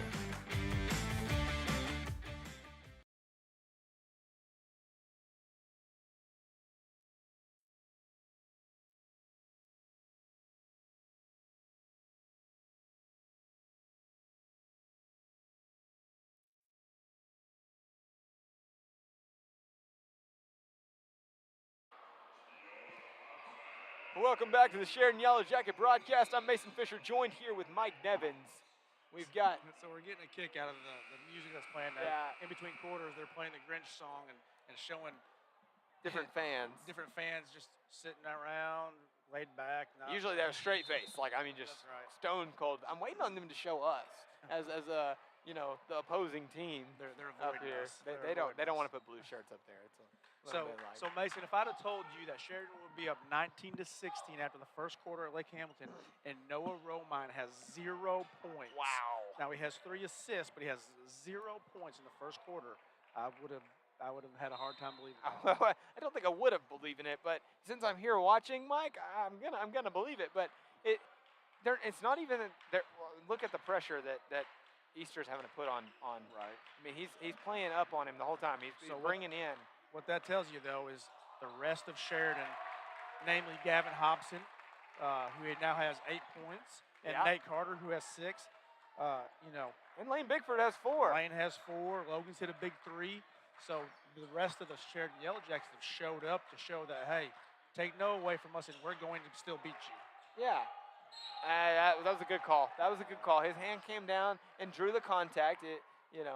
Naturally as a player, you're not going to agree when a foul's called on you. But that was a good call. We'll give that one to the refs. And Noah was there. He moved his feet. He was up at first, and then Easter showed the ball, and Noah kind of went for it, and that ends up being a foul. Yeah, absolutely. And like I said, I do agree. I think it was a good call. Nonetheless, Easter's going to get some rebounds here, or rebounds. He's just going to shoot some rebounds, shoot some free throws here. And first one's up and good. Jackets still leading by 4. Need to get a rebound here and go down and score.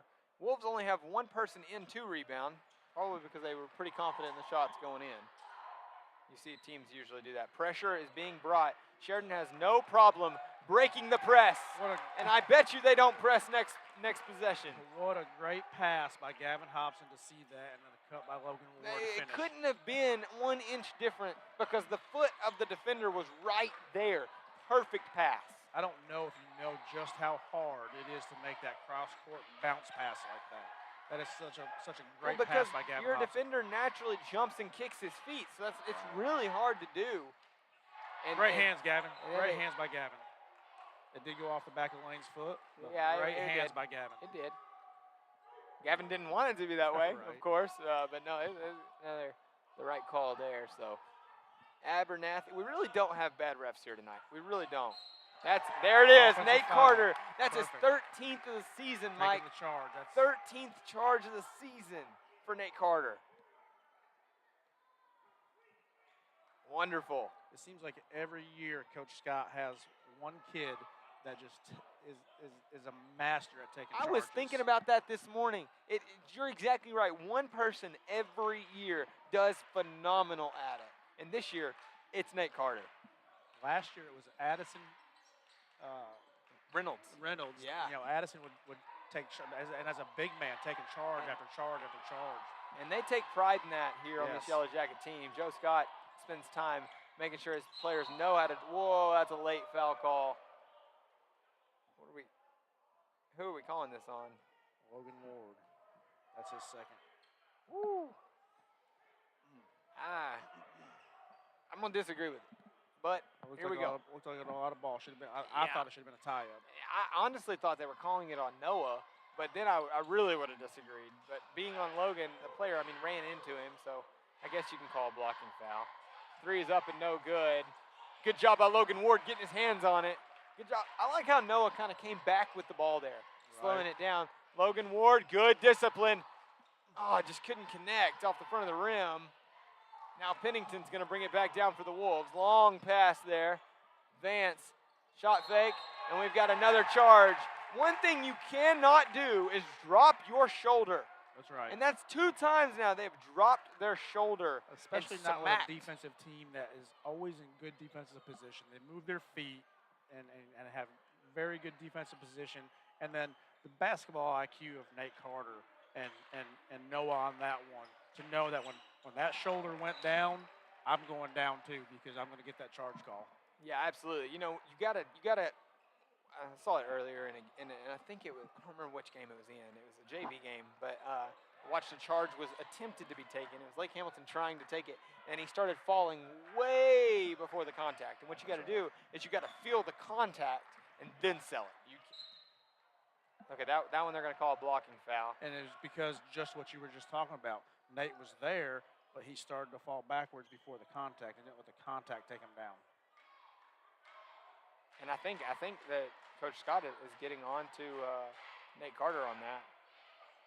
But he could have been talking to the ref. I'm not sure. I can't really hear him up here. We're so high up here. It's kind of a nice vantage point to look down at the court. First free throw did not fall for Victor Easter, and I believe that's the first free throw he's missed of the game. I think it's the first free throw Lake Hamilton's missed. Which most of them have been shot by Easter, right. Ethan Anderson coming in for Logan Ward, give him a little breather. He's got the 2 fouls, and so you can bring EA in, and he's going to come in, and he'll give you a little bit different energy. Yeah, he's gonna have a lot of energy, which Logan Ward does too. You won't see quite as many shots taken by EA. I say that. Oh, you see, I was kind of hoping he was going to pull that. He's going to have to find somebody here before we get a 5-second call. There we go. No Romine into Nate Carter. Nate Carter spins, tries to draw contact. It's just not quite enough. Gavin Hobson immediately on Zane Pennington. You will not bring the ball down this court. And Gavin Hobson just going to stay with him. Oh, yeah, that's going to be a foul. It's going to be a body before the shot was taken. I guess if you're going to foul, on the floor is the way to do it. Yeah, and that's Lane's first foul, so you're not. It's not a bad foul. I mean, you kind of saved him from getting an easy 2 points. Now, with 4 minutes and 53 seconds to go in the second quarter, you don't want to get a second. We've got our fourth team foul, so we're only 1 foul away though for sending a good a free throw shooting team like Hamilton to the line. Yeah, and that's it can be dangerous. It can be dangerous. It does keep them from shooting easy shots, but now we got to have somebody to rebound. Ethan Anderson's able to run in there. Try not to call people too much by their nicknames. I just get so used to it at school that it's just so easy to do. Well, when you spend as much time around the teams as we do, you have a hard time not calling them by their nicknames. Exactly, exactly. And that was a good shot selection there by Lane Bickford from the elbow. It's not uncommon to see. Beautiful. He was wide open. Doesn't connect.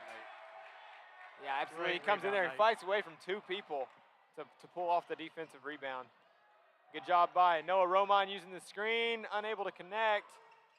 Nate, the one in there fighting for the ball, gets his hand on it. Bounce pass to Zane. That's definitely going to be a foul, and I know that hurt. Hey, but again, it keeps them from an easy shot. They're going to have to call that one. They're going to say he was shooting. He was not off the floor. He was not off the floor by any means, nor did he let go of that ball. It's our 5th foul. Oh, okay. All right, I'll back up. I agree with you. He said I'll back on up. the floor, but he's shooting too because it's our 5th foul. All right, I'll back up.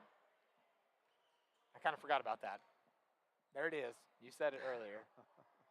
And Zane Pennington knocks down that one. Dawson Griffin and Logan Ward are going to check back in. Give Nate and Lane another breather. Yeah, Nate needs it. He took a hard fall right there, and we're going to have a timeout. We'll take this opportunity to thank our sponsors.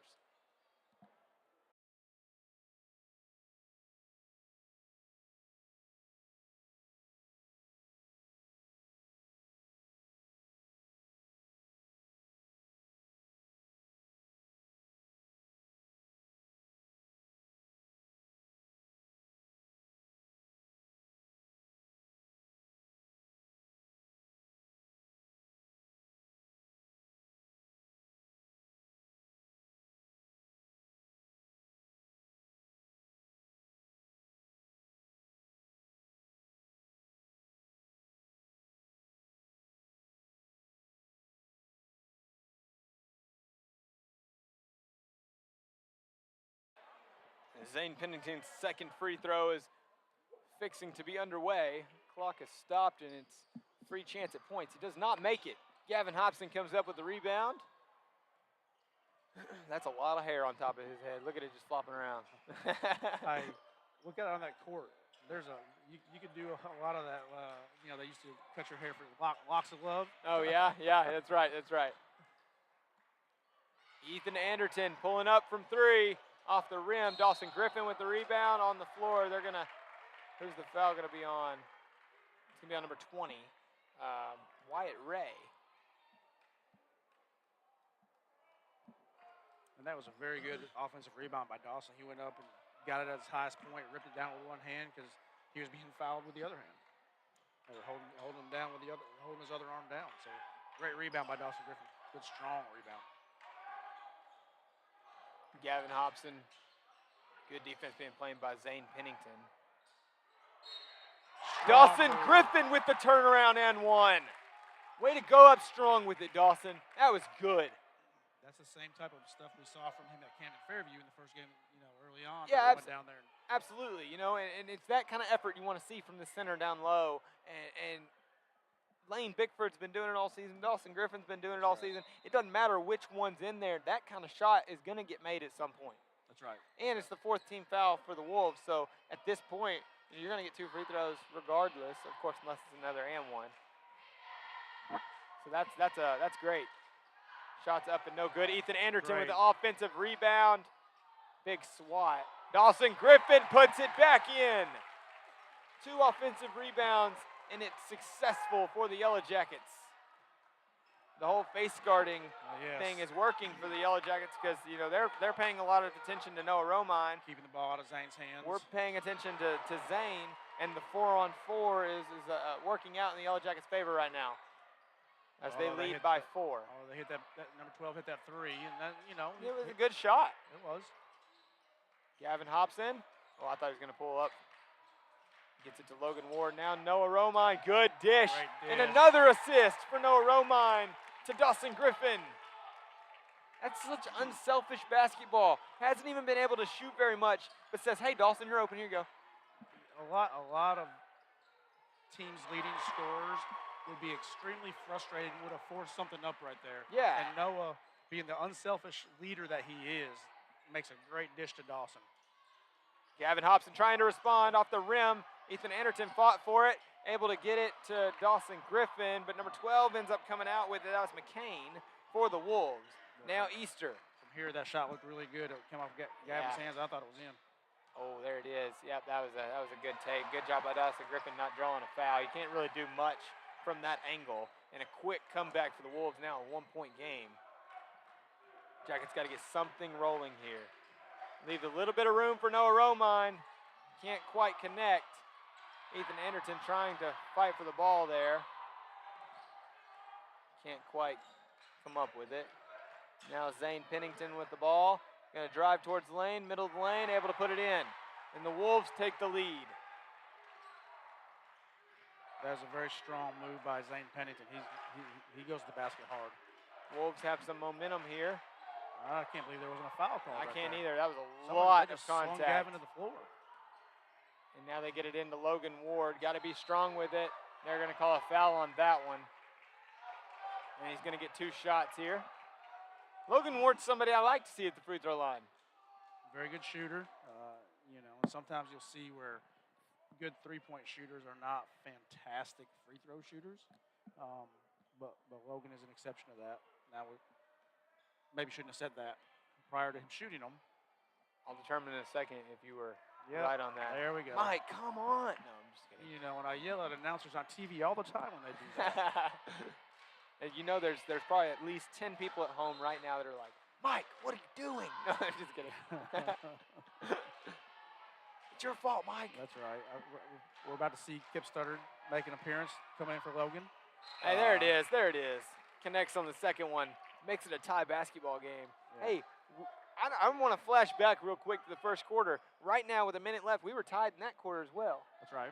And then, if you remember correctly, we'd hit a 3 at the buzzer to finish it, and Logan Ward got a quick turnover too, and almost made another one. So We'll see what happens towards the end of this quarter.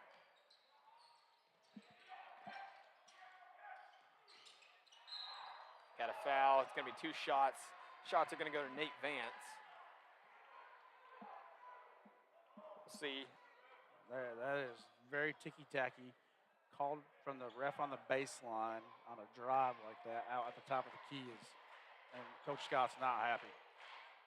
I kind of just wish that they would be consistent with the amount of physicality that they're allowing to be played here. Well, that's a very hard call for that ref on the baseline to make because the defender is blocking him out with his back when he makes that call. I mean, it's just very And I think at this point we got very frustrating to see those calls made like that. Yeah, we got a timeout here. You know, with 30 to 31, 44.9 seconds left on the clock here, and it's just you gotta be really careful. You gotta be really careful. If you're the YellowJackets, you know, you got to come down, you got to score the ball, but then you have to get a stop because they're guaranteed to get the ball one more time. What you don't want to see happen is Lake Hamilton score again. Just like what happened at the end of the first half of the girls' game, where Lake Hamilton comes down, hits that 3 in the corner. Yep. You don't want to get distracted by what's going on, whatever you think the referees are doing, what calls they make. You don't want to get distracted by that right now. If you're the YellowJackets, you want to get this rebound, make sure we get a rebound if he misses, go down and get a basket, and then get back on defense so we don't have that buzzer beater 3 that says gives a little momentum at the half going into the half for Lake Hamilton. Yeah, that's Like exactly right. Second free throw is up and good. Good free throw shooting team overall. Now Noah Romine's going to bring it down for the Jackets in no hurry. Just jogs it across. Now trying to get something going. Driving towards the lane. Noah, no foul is called. A lot of contact. Ethan Anderton tried to save the ball. Ended up in the hands of Victor Easter. Well, I really kind of thought that Lake Hamilton tipped it. They were playing it like they didn't. Abernathy over to Easter. Now back. Just a little back and forth motion there, waiting for the last shot here. They have let Zane Pennington come out of the game to rest. Good contest off the back of the rim. Shot's no good. Good defense. That will give the Jackets a little bit of momentum going into halftime, even though they're down.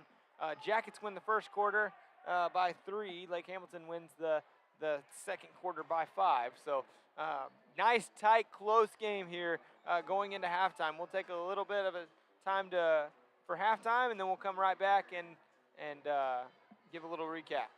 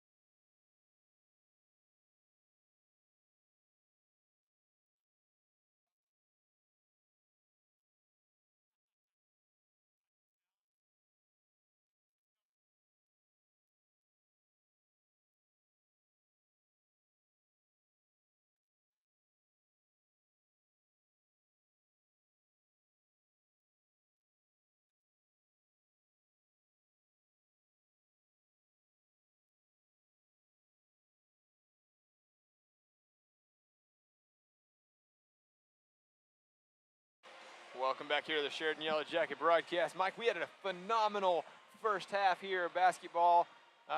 Lake Hamilton Wolves come up just barely by 2, and it's been a great first half. Tell us about some of the things you've seen. So first of all, if I would have told you before the game started that Noah Romine was not going to score in the first half, what would you think? I mean, I would think you're a liar. I would think you are a liar. And if he wasn't going to score in the first half, I wouldn't think it'd be a 2-point game either direction, because the way that Noah always picks this team up. But let me tell you what, Gavin Hobson, Nate Carter, Logan Ward, Dawson Griffin, Lane Bickford, the way that Ethan Anderton has come in and played defense. These guys have totally stepped up tonight and said, okay, fine, y'all go take, they took it personal like we've talked about. Fine, take Noah out of the game. Take him away from us. He's going to handle the ball, but don't let him shoot. That's fine. We're going to come out here and try to beat you, and we're going to take it personal. So that being said, leading scorer in the first half, Gavin Hobson, hit a couple threes, had 2 assists, 2 rebounds, seeing the court, taking on some of those responsibilities of Noah. Then you have 3 guys, Nate Carter, Logan Ward, Dawson Griffin, all with 6 points. And then Lane Bickford with 4. Nate, 4 rebounds, playing very, very good in there, on the inside. And I've only got us down for 2 turnovers, which is huge. Wow.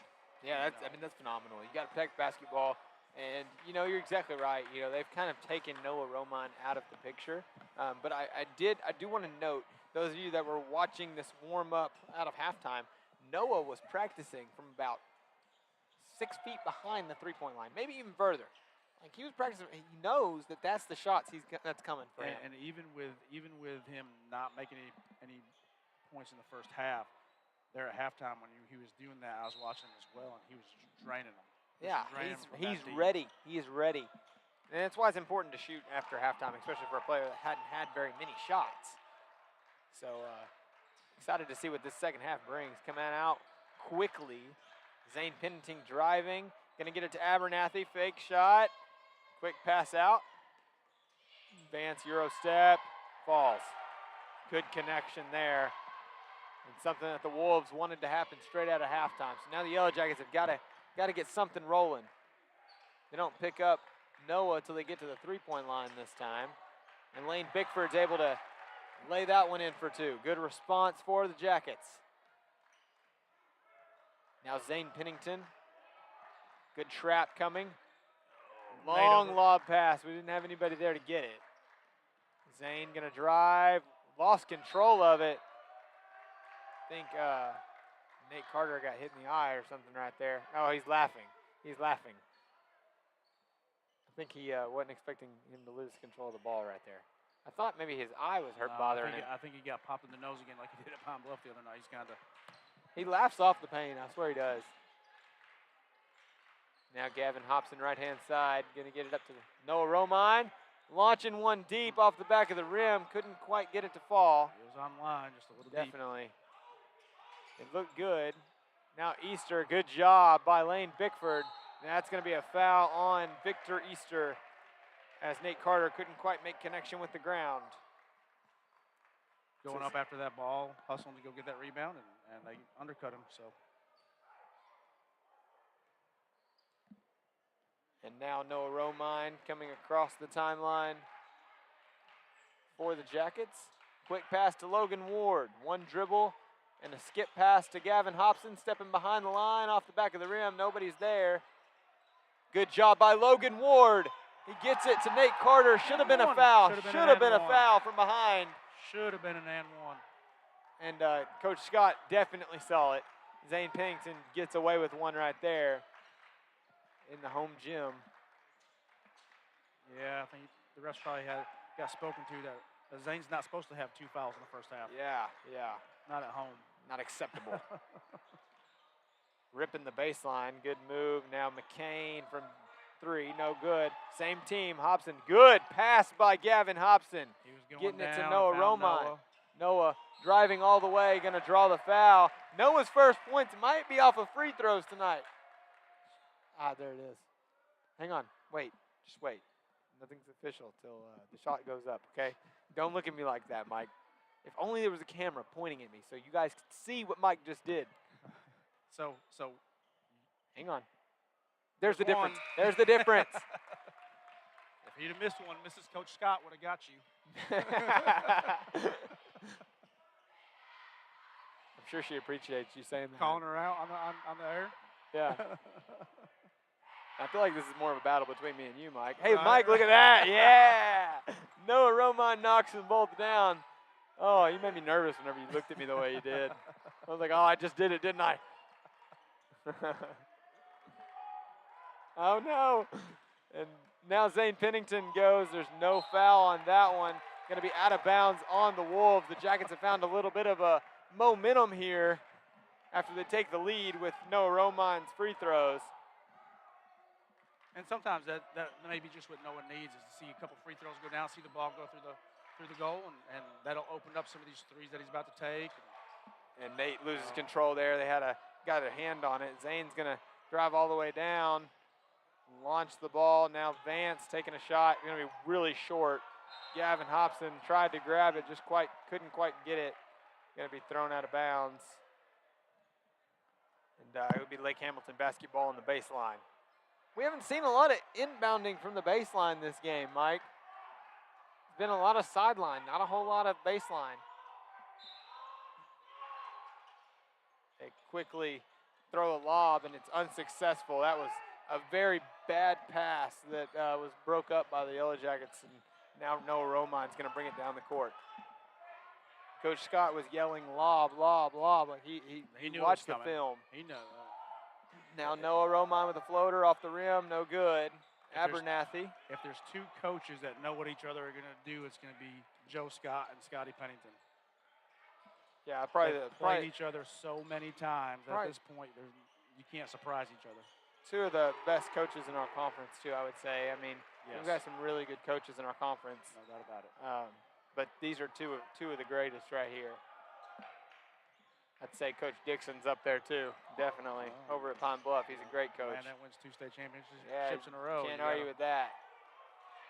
She's got a lot of talent he's working with over there. So That's right. Zane Pennington driving at the block now from the top of the key, and it's good for Abernathy.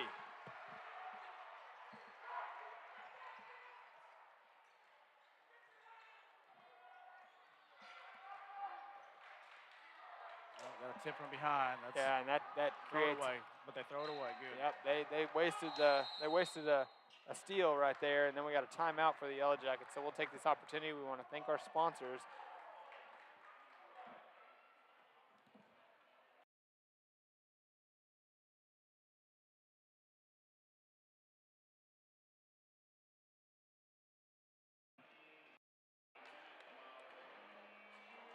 Weight Loss Arkansas and Wellness provides comprehensive weight loss plans, medications, and coaching to help you reach your goals. They're a leader in providing state-of-the-art laser, facial, and hair treatments. Check them out at www.weightlossar.com. Welcome back here to the Sheridan YellowJacket broadcast. We had a timeout here by the Jackets. Wolves have gone up now by 4. It's been just a back-and-forth game, Mike. We started getting a little sloppy with the ball a little bit, so Coach Scott didn't like what he saw. Wanted to take a timeout and kind of gather everybody up and try to get collected back together and see if we can turn this tide again. Yeah, and you just gotta come out firing. You gotta be in control and be ready to go with the basketball. And come out and just take charge right here. That's right.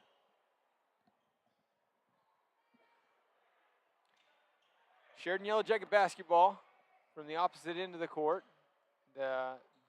Appears like the Wolves are going to show some pressure here. Nope, they decide to back up to about half court. They're wanting to bring the same. They're bringing a man defense. They're just playing it a lot sooner than what Sheridan usually does. Logan Ward, separation's made. Shot doesn't quite fall. Can't quite get the ball back. Zane Pennington now has a chance to drive. Decides to pass it out. Going to be Abernathy looking for 3. No good. Noah Roman bats it over to Gavin Hobson. Hobson driving. Good job stopping. couldn't quite get the shot to fall. Now Abernathy's going to bring it back down for the Wolves. Going to get it to Pennington. Pennington towards the middle of the lane. Now over to Vance. Vance is driving. They've got a foul, and they're going to call an N1 and a blocking foul on Lane Bickford. He wanted a charge. The only way to get a charge is to fall. He fell a little late, yeah. Yeah. I think Lane was there. I think He's a lot bigger, so it's harder I think to. he drew the contact, but he didn't give up the ground and go down, and so he gets the blocking foul against him. Not exactly where you want to be right now. Free throws up and no good. And they get a quick offensive rebound. Good job by Lane Bickford going straight up, but just doesn't matter as they make another one fall. Jackets have got to get a streak going here. We need some points. Coach Scott's going to take a quick timeout, and we're going to take this opportunity to thank our sponsors.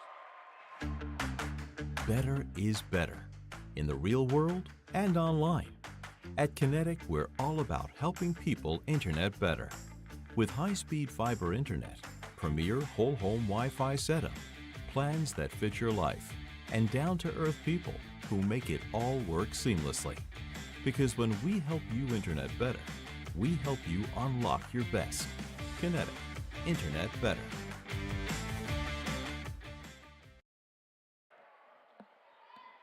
Back here to the Sheridan Yellow Jacket broadcast.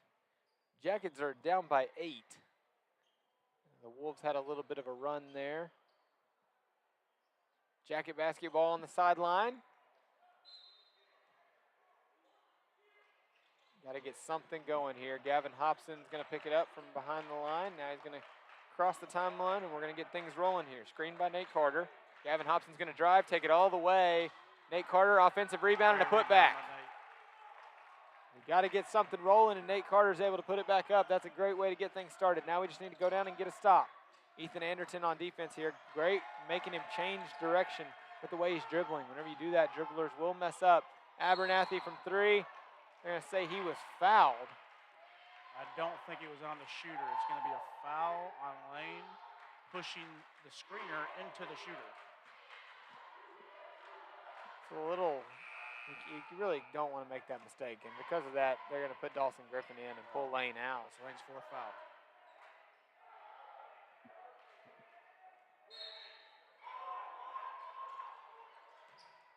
And there it is again. Coach Scott yelling lob, lob, lob. This time it's able to ends up working out.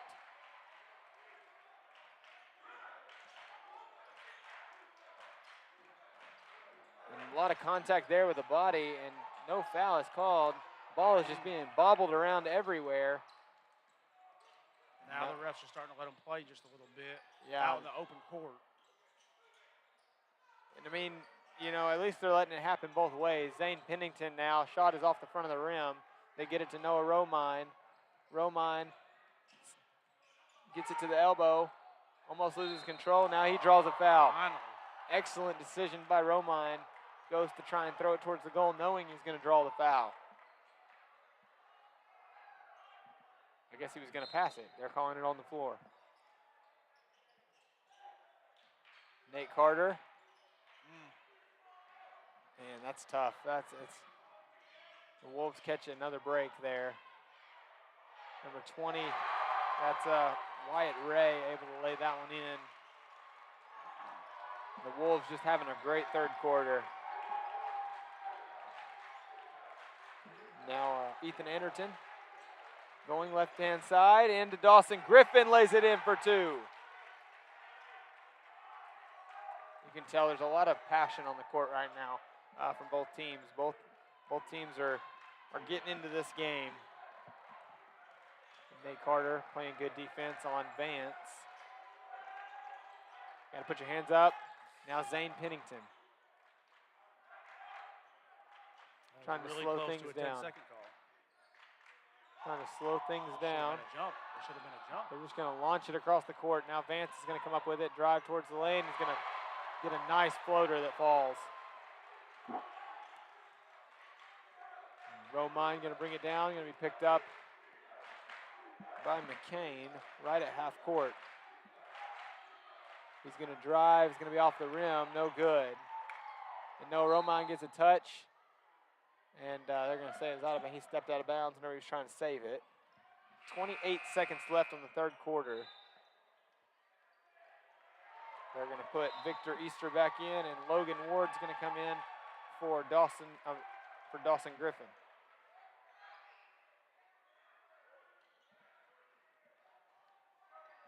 Need to get a stop right here. And they almost got it right there.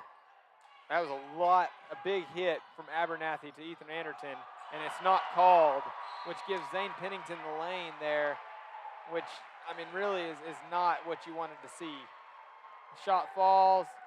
There's a timeout taken. Zane Pennington has 18 points, followed by Victor Vance, who has 16. And most of those points, Zane has come out in the third quarter and really asserted himself. Just like I think I've seen Noah try to assert himself into this game and try to pick it up a little bit. And he's getting bumped, he's getting beat up, and he's not getting the calls like it's happening on the other end of the court. I think that's what Coach Scott was just having a conversation with the ref about was, listen, we're not disagreeing that these are fouls down at this end, but we want to see our guy get the call down here too.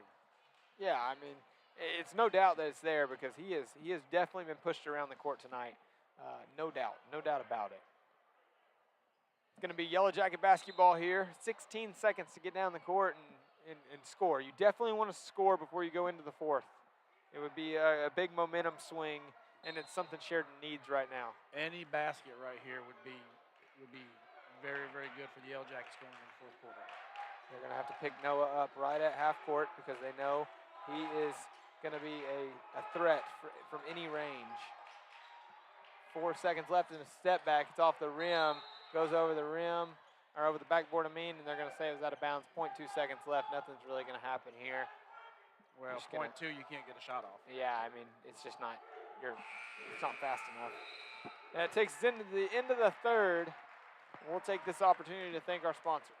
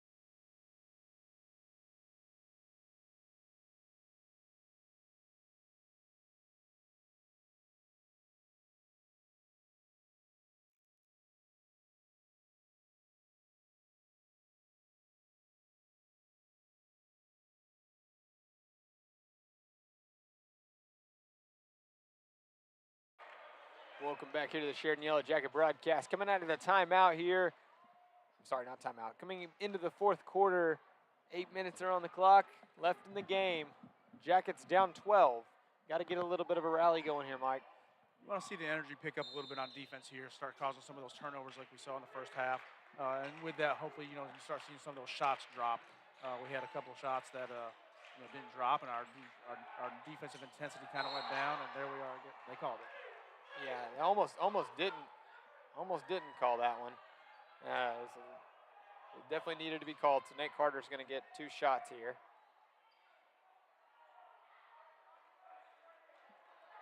And then I don't know if you saw that. After the foul was called, you see where the ball winds up down here. Yeah. A Lake Hamilton player flipped it back there.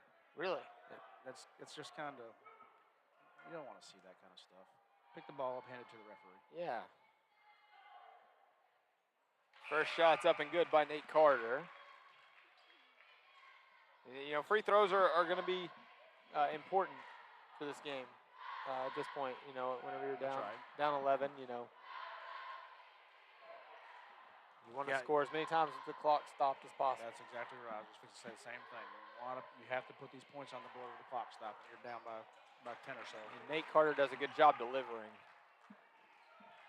This is that time we say good job shooting free throws after the free throws.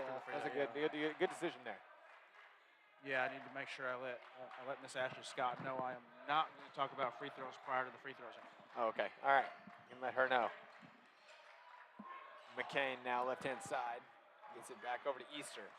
Now Pennington, long pass. Back to McCain into the high post, advance. Pennington shooting for three, off the rim. Noah Romine comes up with it. Lane Bickford there for the recovery. Long pass to Logan Ward, got some room, and it falls! Exactly what the Yellow Jackets were looking for. You just got to keep the momentum. Now you got to get a stop on defense. Play great defense. You're in a 2-3 zone. It's going to force them to shoot threes. It's kind of what they're looking for right now, is forcing the shot. They've got good ball movement. McCain shoots for three, and it falls. Good response for the Wolves. You know they're going to hit one. You just got to go back down and respond. Logan Ward, I thought he was about to get another shot at it. Into Lane Bickford at the post. And we got a jump ball. Going to be Lake Hamilton basketball. Good entry pass right there, and Lane just before when he turned to try to take it up, the defender was standing right there and got his hands on it.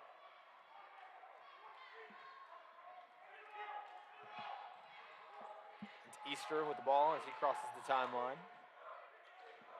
Romine on defense there. Jackets have changed back to a man defense. Pennington from the elbow, and it falls. The boy knew that shot was going in before he ever let go of it. Noah Romine going to drive. Shot is off the backboard in the rim. Logan Ward flies in from behind trying to get the steal and can't quite get there this time. McCain, good shot fake, going to get it up to Vance. Vance going to drive towards the block. And we got a foul call on Gavin Hobson.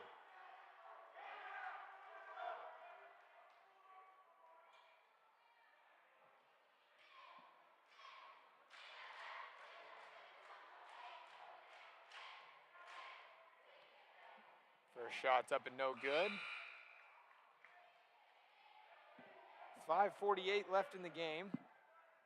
Big shout out to Abannon Evans for running our scoreboard for us. She's done a great job here tonight. It makes it that much better whenever we're able to have that as a part of the stream. So big thank you to her. Gavin Hobson able to get the rebound after another missed shot. And the Yellow Jackets have got to get another series going here. Nate Carter down to Gavin Hobson, Dawson Griffin, a lot of ball movement. Noah Romine with some separation, just cannot get it to fall.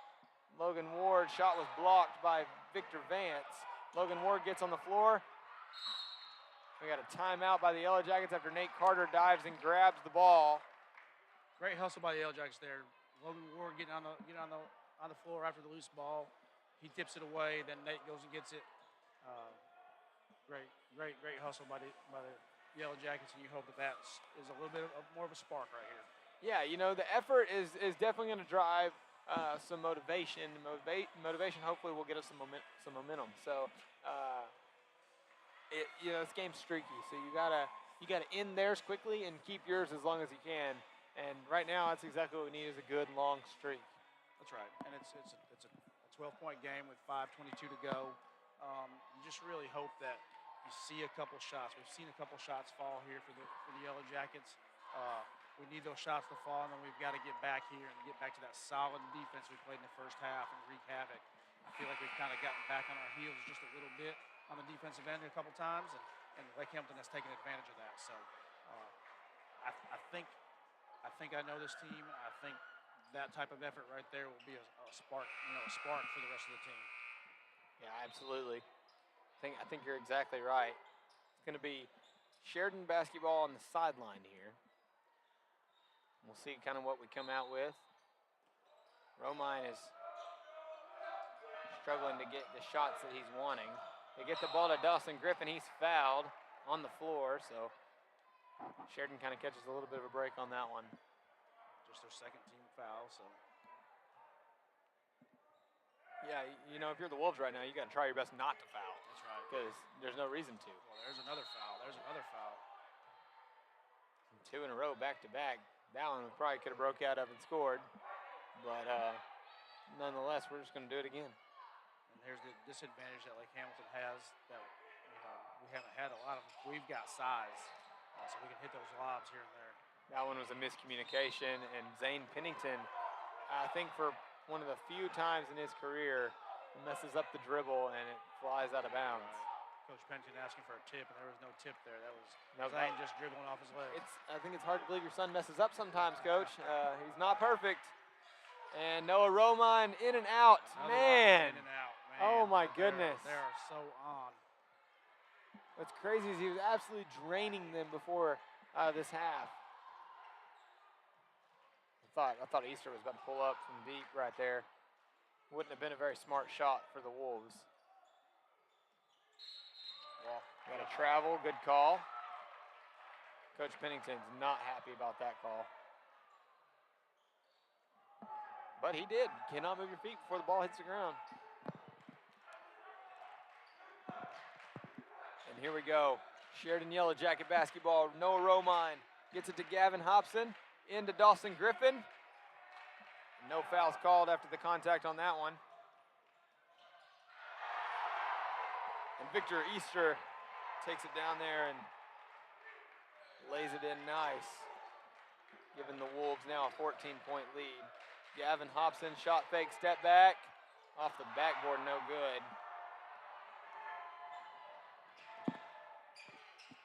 And Zane Pennington drives. No foul call. It's going to say he stepped out of bounds. That was McCain. That shot Gavin tried to take there, that step back, it's a tough shot. It's a very tough shot. When you step back, you're really behind the backboard from that far in the corner. And that's what a lot of people don't realize is that, it looks like you're shooting at a diagonal and you got to get over the backboard. That's really hard to do. And at this point, the YellowJackets probably feel like, hey, we've got to start hitting some of these threes. So I think Gavin probably could have went to the basket there, but felt like he wanted to take a three, try to cut into this lead some. Well, I really thought that was going in. Now Easter's on a fast break. It was 1-on-4, so he makes a good decision by slowing it down. Coach Pennington wants him to burn some clock. Yeah, I mean, this is a Yellow Jacket team that can score the basketball.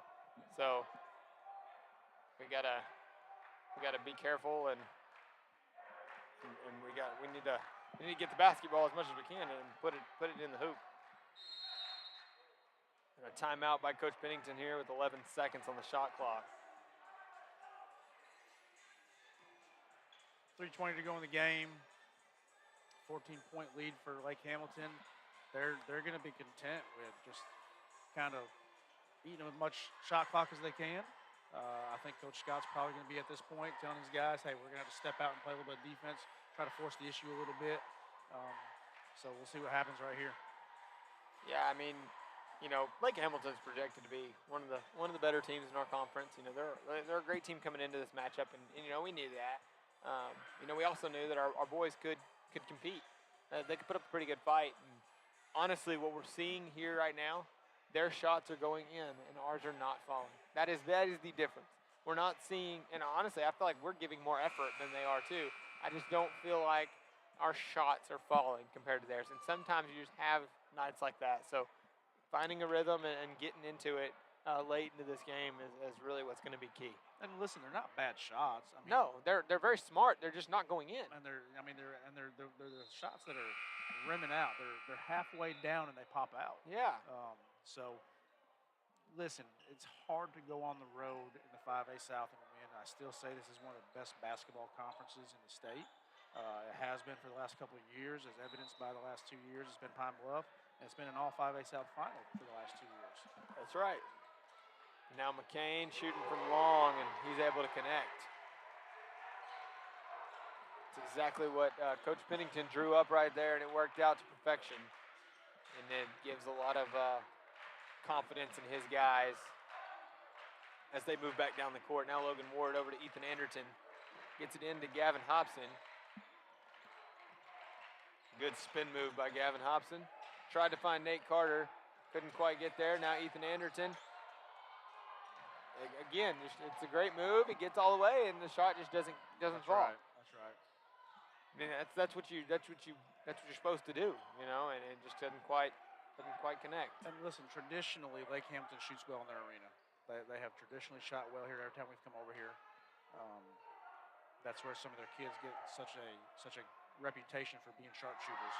Zane Pennington, Zach Pennington, Ty Richardson. They're all great players, but they shoot really, really well here. I think that there's some emotion starting to come into this game. Zane Pennington's going to let one fly as the shot clock expires, and make sure that the defender knows about it too. This is, like you said, an old rivalry. And now Logan Ward looking to answer, and he does. Shot goes in, and Coach Scott calls a timeout. And we've got a bigger deficit here. We're going to take this opportunity to thank our sponsors. Better is better in the real world and online.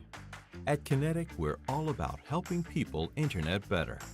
With high-speed fiber internet, premier whole home Wi-Fi setup, plans that fit your life, and down-to-earth people who make it all work seamlessly. Because when we help you internet better, we help you unlock your best. Kinetic, internet better.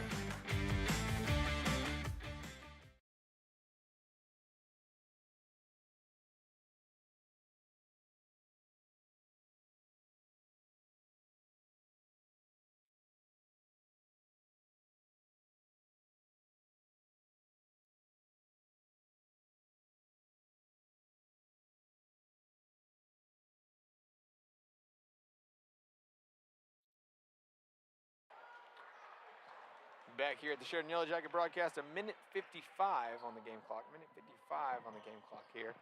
And we got an 18-point gap here from the Wolves leading. So going to take some stops, some pressure now being brought by the Jackets. And that was kind of Coach Scott's plan is let's pressure it. Let's force some turnovers.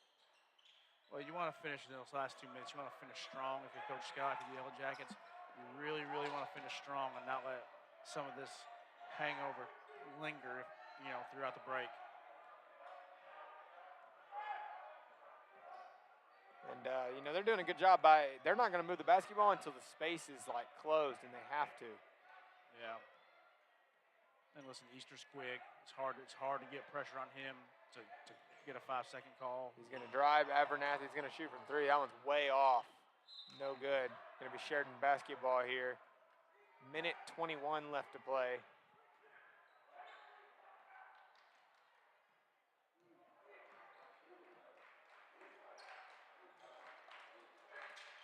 Now Nate Carter over to Ethan Anderton. Logan Ward. A lot of ball movement here. Get it into Gavin Hobson. Now Nate Carter. Got a charge. We got the block. This ref up here called it a block. He was ready to call the charge, but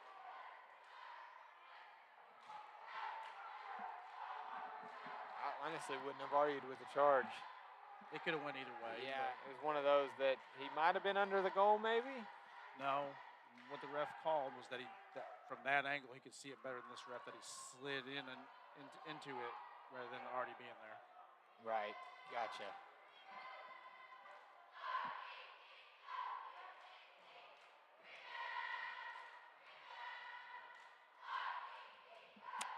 And Nate Carter, second free throw is just off the rim. And now we got a foul on Ethan Anderton coming in from behind. Wolves have got 4 fouls, so if they foul at all, YellowJackets are going to the line. Jackets have some fouls to give, so you can be aggressive. You can be aggressive going for steals, but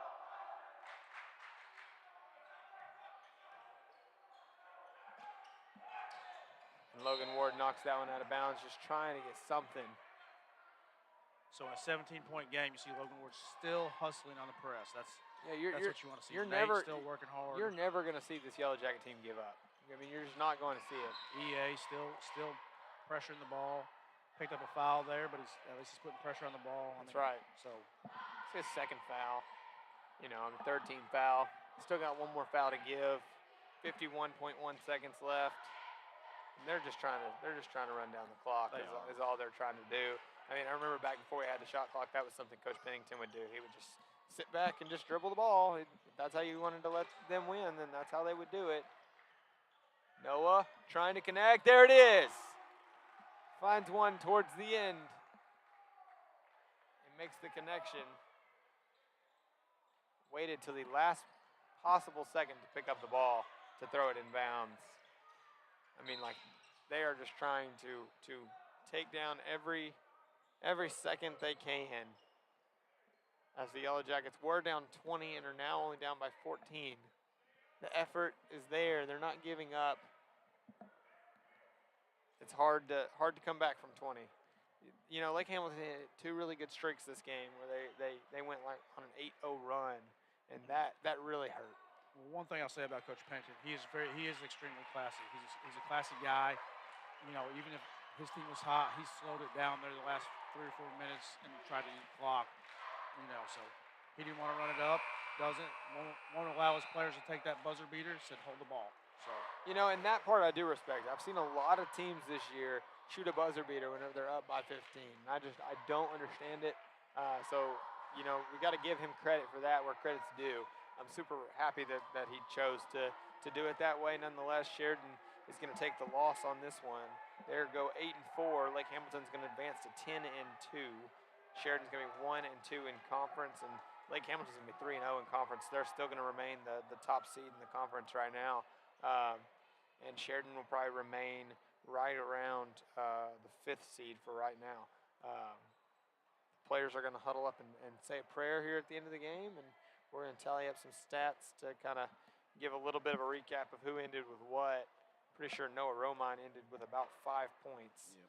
So we get 2 guys, Nate Carter and Logan Ward both scored 12 tonight to be the leading scorers, followed by Dawson Griffin and Gavin Hobson both had 8, 6 points by Lane Bickford, and 5 for Noah. Rebounding, Nate had 7 and Gavin had 6, so big rebounding efforts by the 2 of them tonight. Listen, Nate Carter and Gavin Hobson, especially in the first half, and some of it carried over the second half, they really played hard tonight in a game where Lake Hamilton did a very good job of taking Noah Romine out of the game. Logan Ward stepped up. I said again in the first half. Dawson Griffin stepped up. So great effort. Came up a little short tonight. You hope that that doesn't carry over to Harrison over the break. Yeah. You know, there's a little bit of a break between Harrison and now. You know, there's going to be about a 6-day gap, 3 days of which you're not allowed to do anything as a team. So, as you know, there's an athletic dead period. Now, every team that's going to Harrison has to face that. So, you know, the Jackets won't be the only one, but it does have an impact on some teams. So you just got to play and know that you just got to give it your all going into that tournament. So we wish the Jackets nothing but success as they go forward into that tournament, both the Lady Jackets and the boys. So I pray that they do well and hope everybody stays safe and we move forward into that. So everybody have a Merry Christmas. Mike, you got anything? Yeah, just Merry Christmas to everybody. Wish the Jackets well.